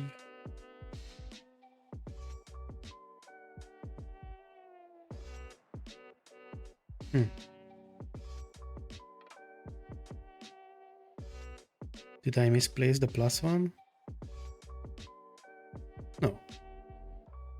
Oh wait, I forgot this spawning. It should be...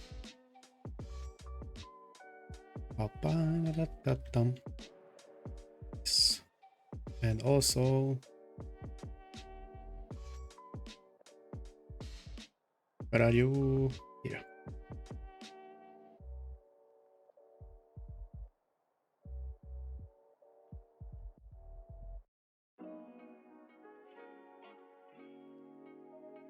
So the apple is 6. We should have 3. Also the pears. So there is a 2, there is a 3. Oh, I'm doing a random number between 0 and the difficulty of the fruit. It should not be between 0, it should be the exact length. And this should be exactly this.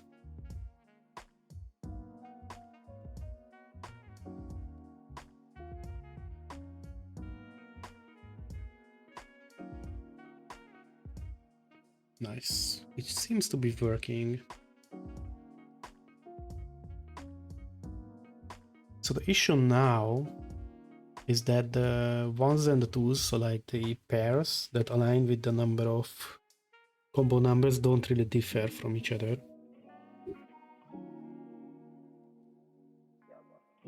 Do I want to do a little trick where the upper part of the pair, so the 2, has the chance to spawn 1 more? So like the 1-2 right now can have a 1 length combo, but maybe the 2 can have a 3 part combo as well, and same for all the other high edges. So like the 4 can have 2 or 3, the 6 could have 3 and 4.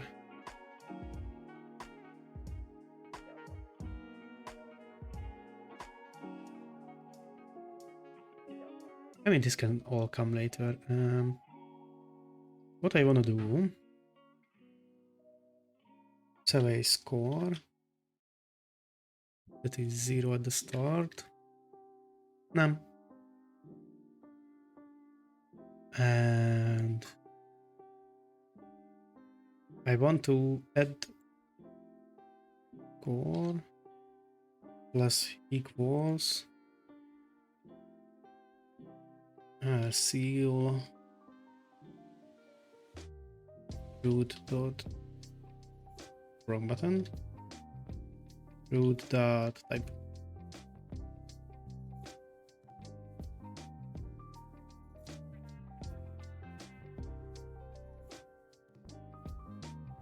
And I want to print this score, and in the remaining half an hour we're gonna quickly implement a scene system into the game so we can restart the game. What I wanted to print something. I wanted to print score. Let's do it in 0, 0.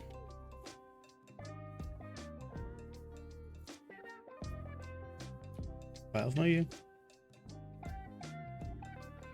So now we have a score. Whoa, pop, pop, pop, pop, pam.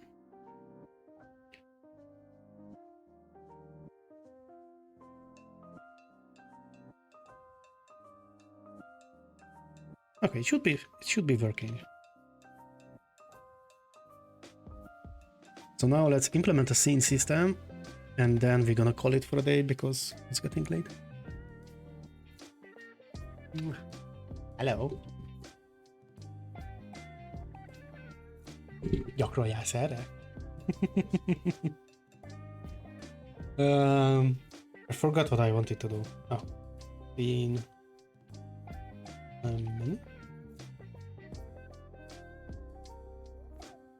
And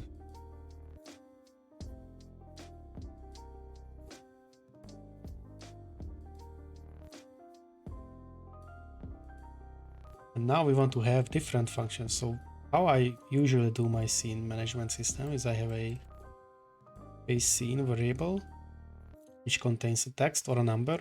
Now it is going to be text, which it is easier to read. And inside update, I do a branching based on what this scene variable is at. So if scene equals to menu, then we're going to call a new function called update menu. Else if scene equals game, then we're going to call an update game function. And we're going to do the same for the draws, so we can differentiate between them. So we're going to call the draw menu and draw game. This way you can draw and update different things based on if you are in the menu or in the game. For this, we are going to go back up to the update. So we have an update menu. We're going to create this new function.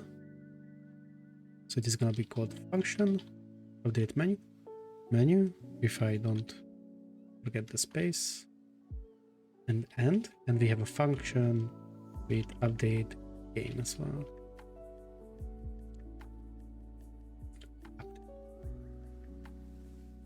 And so what we did for the time being is all the game code. We're just gonna grab this code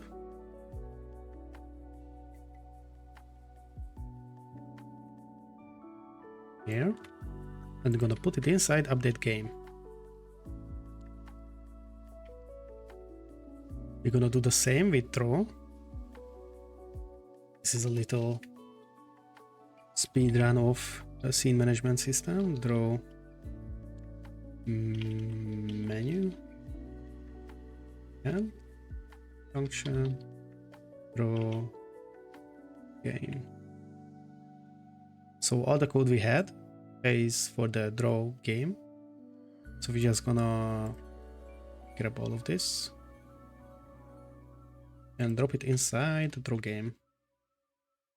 So now if I want to do one more thing, hold on. Oh, was I on the... Don't tell me I was on the PICO-8 scene all along. That is a big moment. So... I'm gonna redo it.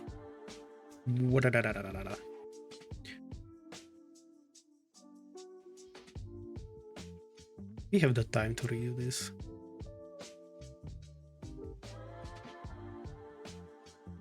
So we're going to introduce a new scene variable called menu. This is what's going to hold the fact that we are in a menu or in a game or a game over state or any other state you want to have. We introduce new functions for this. So we have a new update for the menu if we are in the menu, or we have a new update for the game if we are in the game. We're going to do the same for drawing. We're just gonna rename them to draw.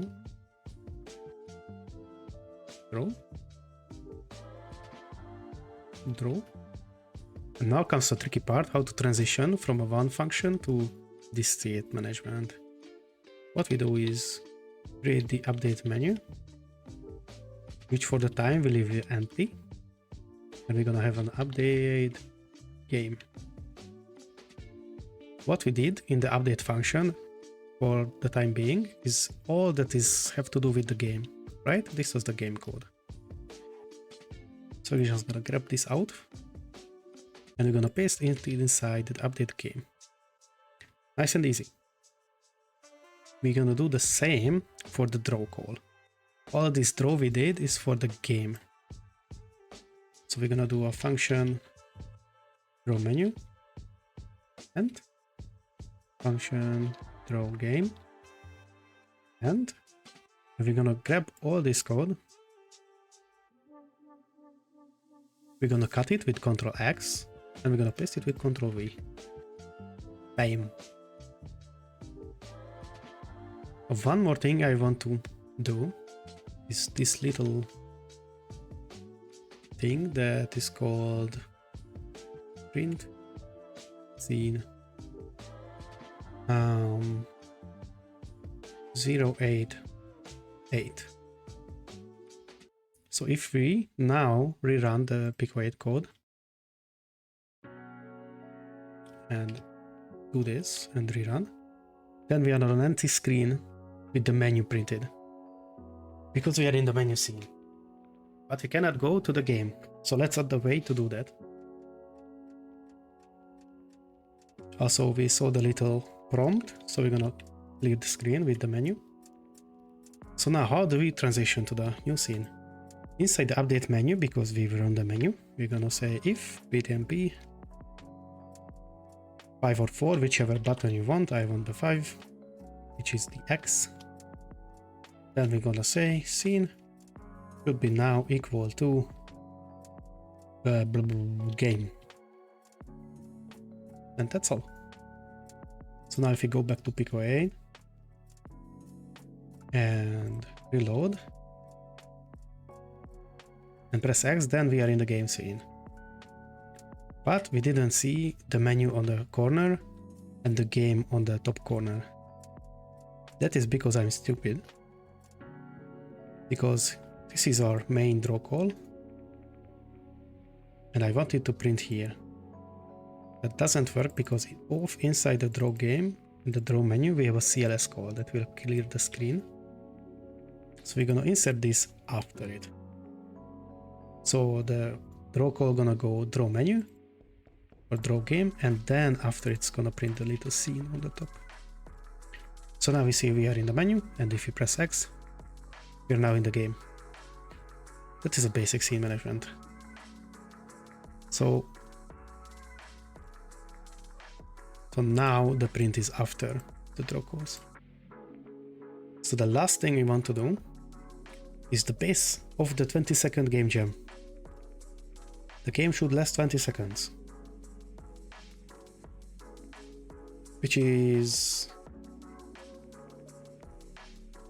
a bit weird to do, right?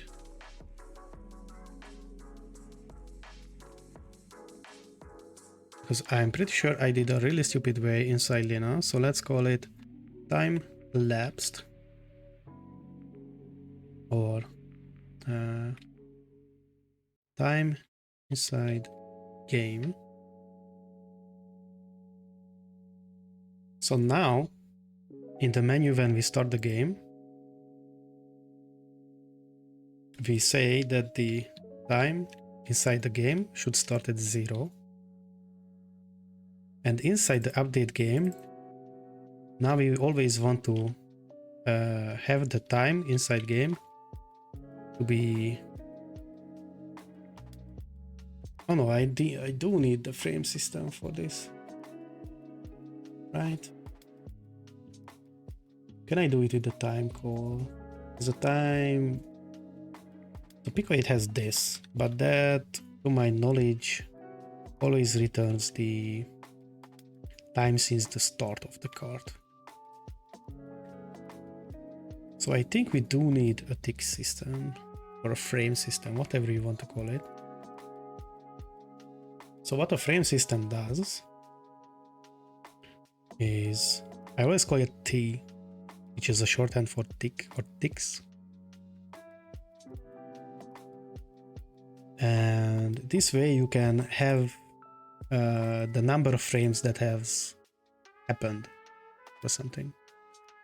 We're just gonna loop this, which we do with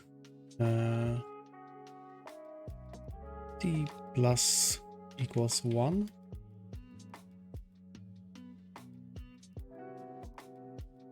Iterate the tick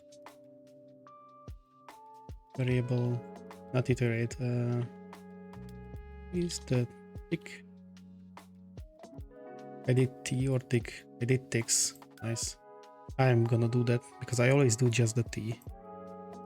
I was just this.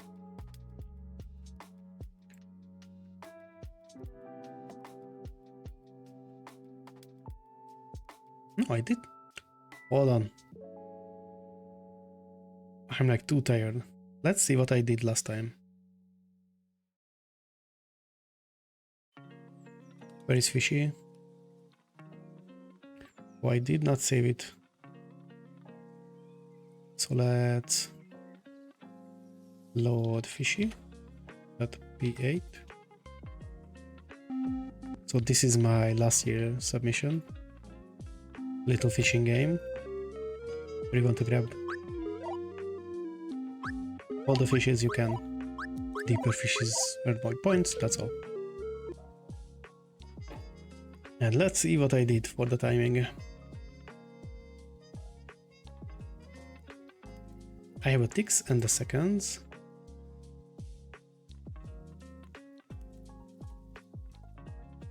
So then I do need the tiny levels, right? Okay.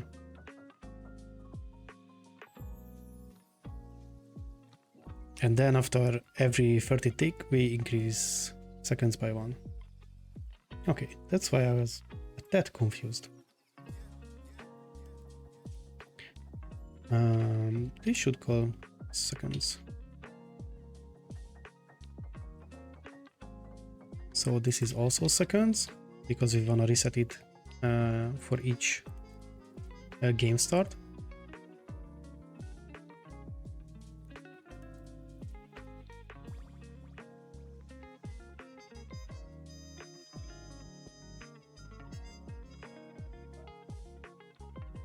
Oh, this could be a few frames off now that I think about it.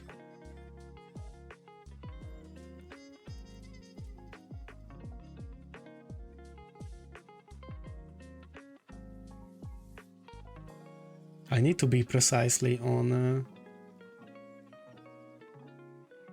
the seconds,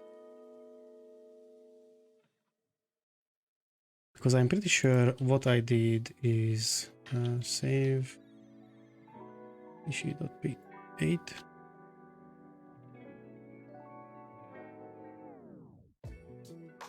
Because I'm pretty sure I just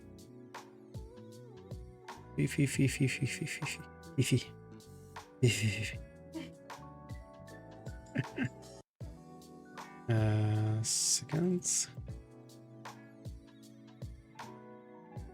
At the start I set seconds to 0.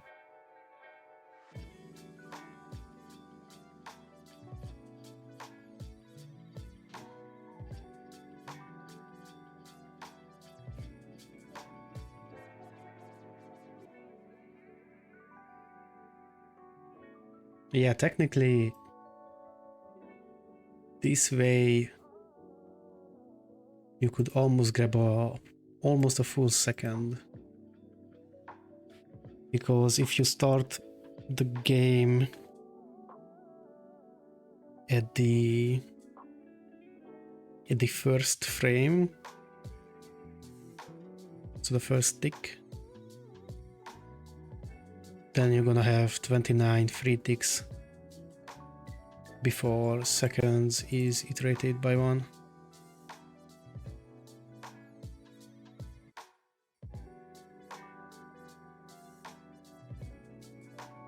We're gonna write this up as a to do precise part.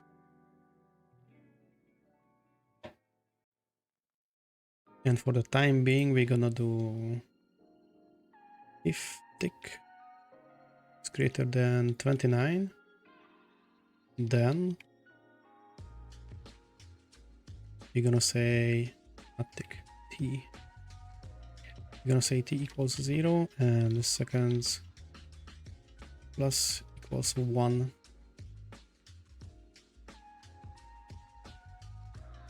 We do this in the main update because I want to do things later and I don't want to move it again. And inside the update game, we want to check if seconds is greater equals 20, then we're gonna go back to the scene, to the menu.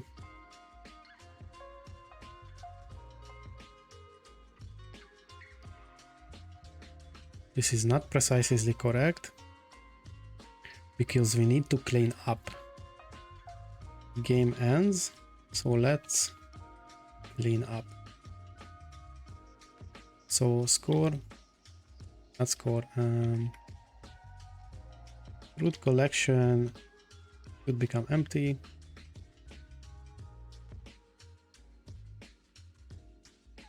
So I want to, so if you look at Lina request, then you can see that the game runs basically even in the menu. You just cannot hook things. And I want to have the same effect. So we only need to clean up on the start, not on the end.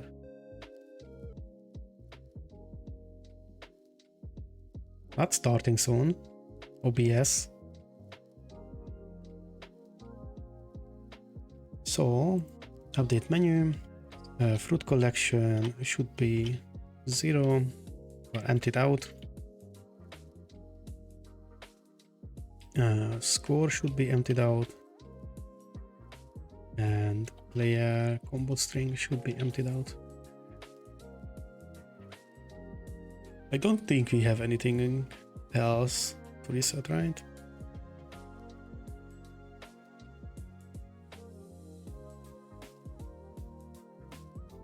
And now what we can do to see all this is inside the draw game we can print seconds 0:16 because on 8 we have the scene indicator. We can do even this seconds, of course, nothing else. 14 and load in the 20-sec gem. So now we can see the time elapsing slowly. I will click here so you can see it more clearly. And if it goes to 20, the game should go back to the menu scene.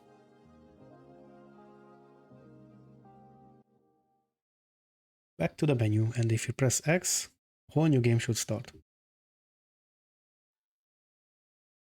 And that's it. We have a basic scene transition system for the game jam. You can play. You know what? We can do one more thing. It should not take 20 minutes or 10 minutes. We can have a persistent save system for the high score.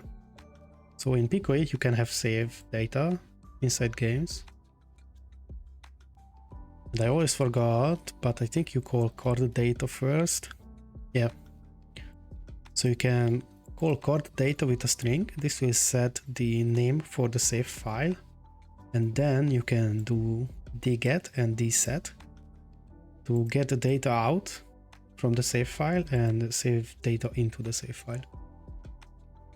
So inside the init, we're gonna call card data. We're gonna say 20 secs, 20, 23, like seconds, of course, nothing else. And we're gonna say saved by score was dget 0. This grabs out the first data from the save file. What we can do in the menu, so this is the draw game. In the draw menu, now we can do print by score dot saved by score.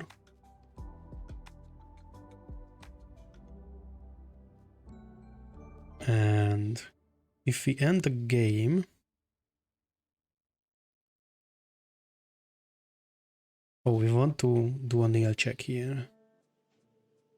if saved high score was nil, then saved high score. This can be done a bit easier with logical manipulation, like you can I think you can technically do or 0 here, because if this is nil then this is false, so then you go to the or and set 0, but this is the sure way to do it. And then when the game ends here, this is where the game ends. The game ends after 20 seconds. Then we do a little check. If score is greater, greater than the saved high score, then we're gonna say saved high score, save high score equals score. And we're gonna say the set 0 to the score. I think you specify the slot and then the data, but we're gonna check back to the old dset. Yep, you do dset and then the score. So now if we reload this, we have high score 0 up on top. We can do it even this way. Then if you start the game and shoot a few fruits, you are tricky. The peach one, down left down for the apple, for the pear. Then we're gonna let it expire. 31, new high score 31. You of course want to have a little nicer indication for this, but now we have a persistent high score save for the game. So yeah, I think this is all we're gonna do on this project for today. And if you haven't been here in the beginning, basically this is what we want to create. We're just working on all the backend stuff for the time being, and we're gonna worry for the graphical stuff later. What we still need to do, we come back to the coding scene. And I can show the mockup up on the corner. For the time being, so this is what we want to create in the end. So what we need to do still, we need to do a precise tick start. So you cannot start like, you cannot have more than 20 seconds of time, even if we are just talking about frames. Need to do draw all the stuff because it is still left. What we need to do is I want to have the little Lina walking around. If you see on the mockup, there's a little witch. Is one of my characters. She's called Lina, and she's gonna walk back and forth on the screen when you put your combo. Lina should shoot a bullet to the fruit. We want to have the background layers, because the fruit should spawn behind the trees and the bushes. So we will have different layers for the game. What I want to have is the cloud system. We're gonna have little on the fly generated clouds flying over our head. I think I can show an example for this later.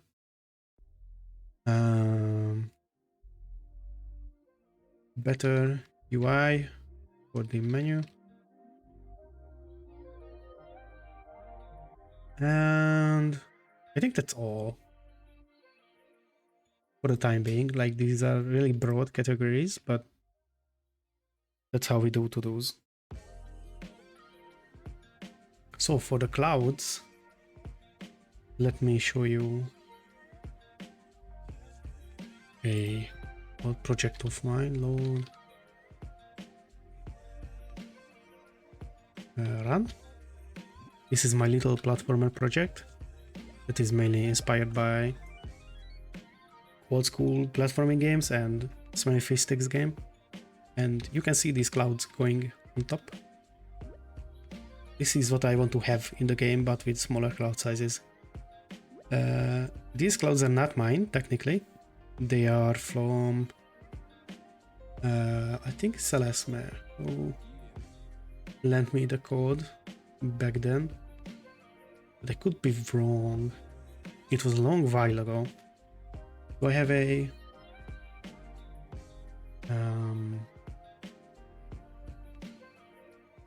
shout out to them in the code.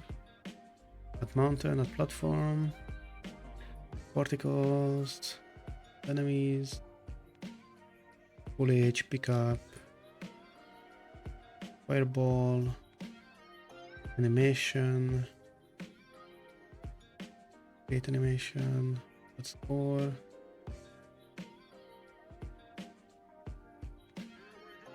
collision,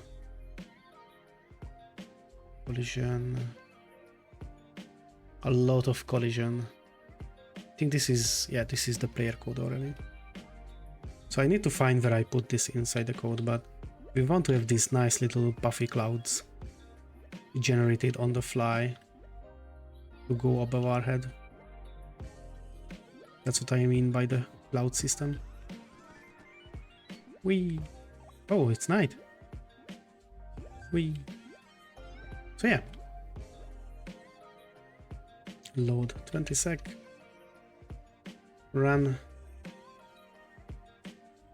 So yeah, this is what we have for today. I'm thankful for everyone who showed up. And not sure when we're gonna stream again. I should, because we recently made the 50 followers. So the chase for affiliate can begin. But this is the game. This is what we did. This is basically all the backend code inside that we need. But yeah, productive day. So once again, thank you everyone for being here. I have a lot of socials you can follow me on for more updates, and let's see who is up. Maybe we can raid someone. PG is up. Let's raid PG again, like we always do. So we're gonna do raid. I need to grab their name, so I don't want to mistype it. They are playing, it looks like Metroid, so all the retro gamers rejoice.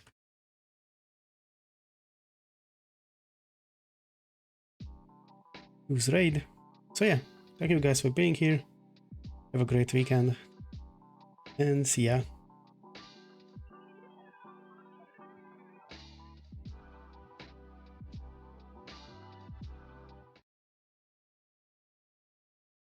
Layer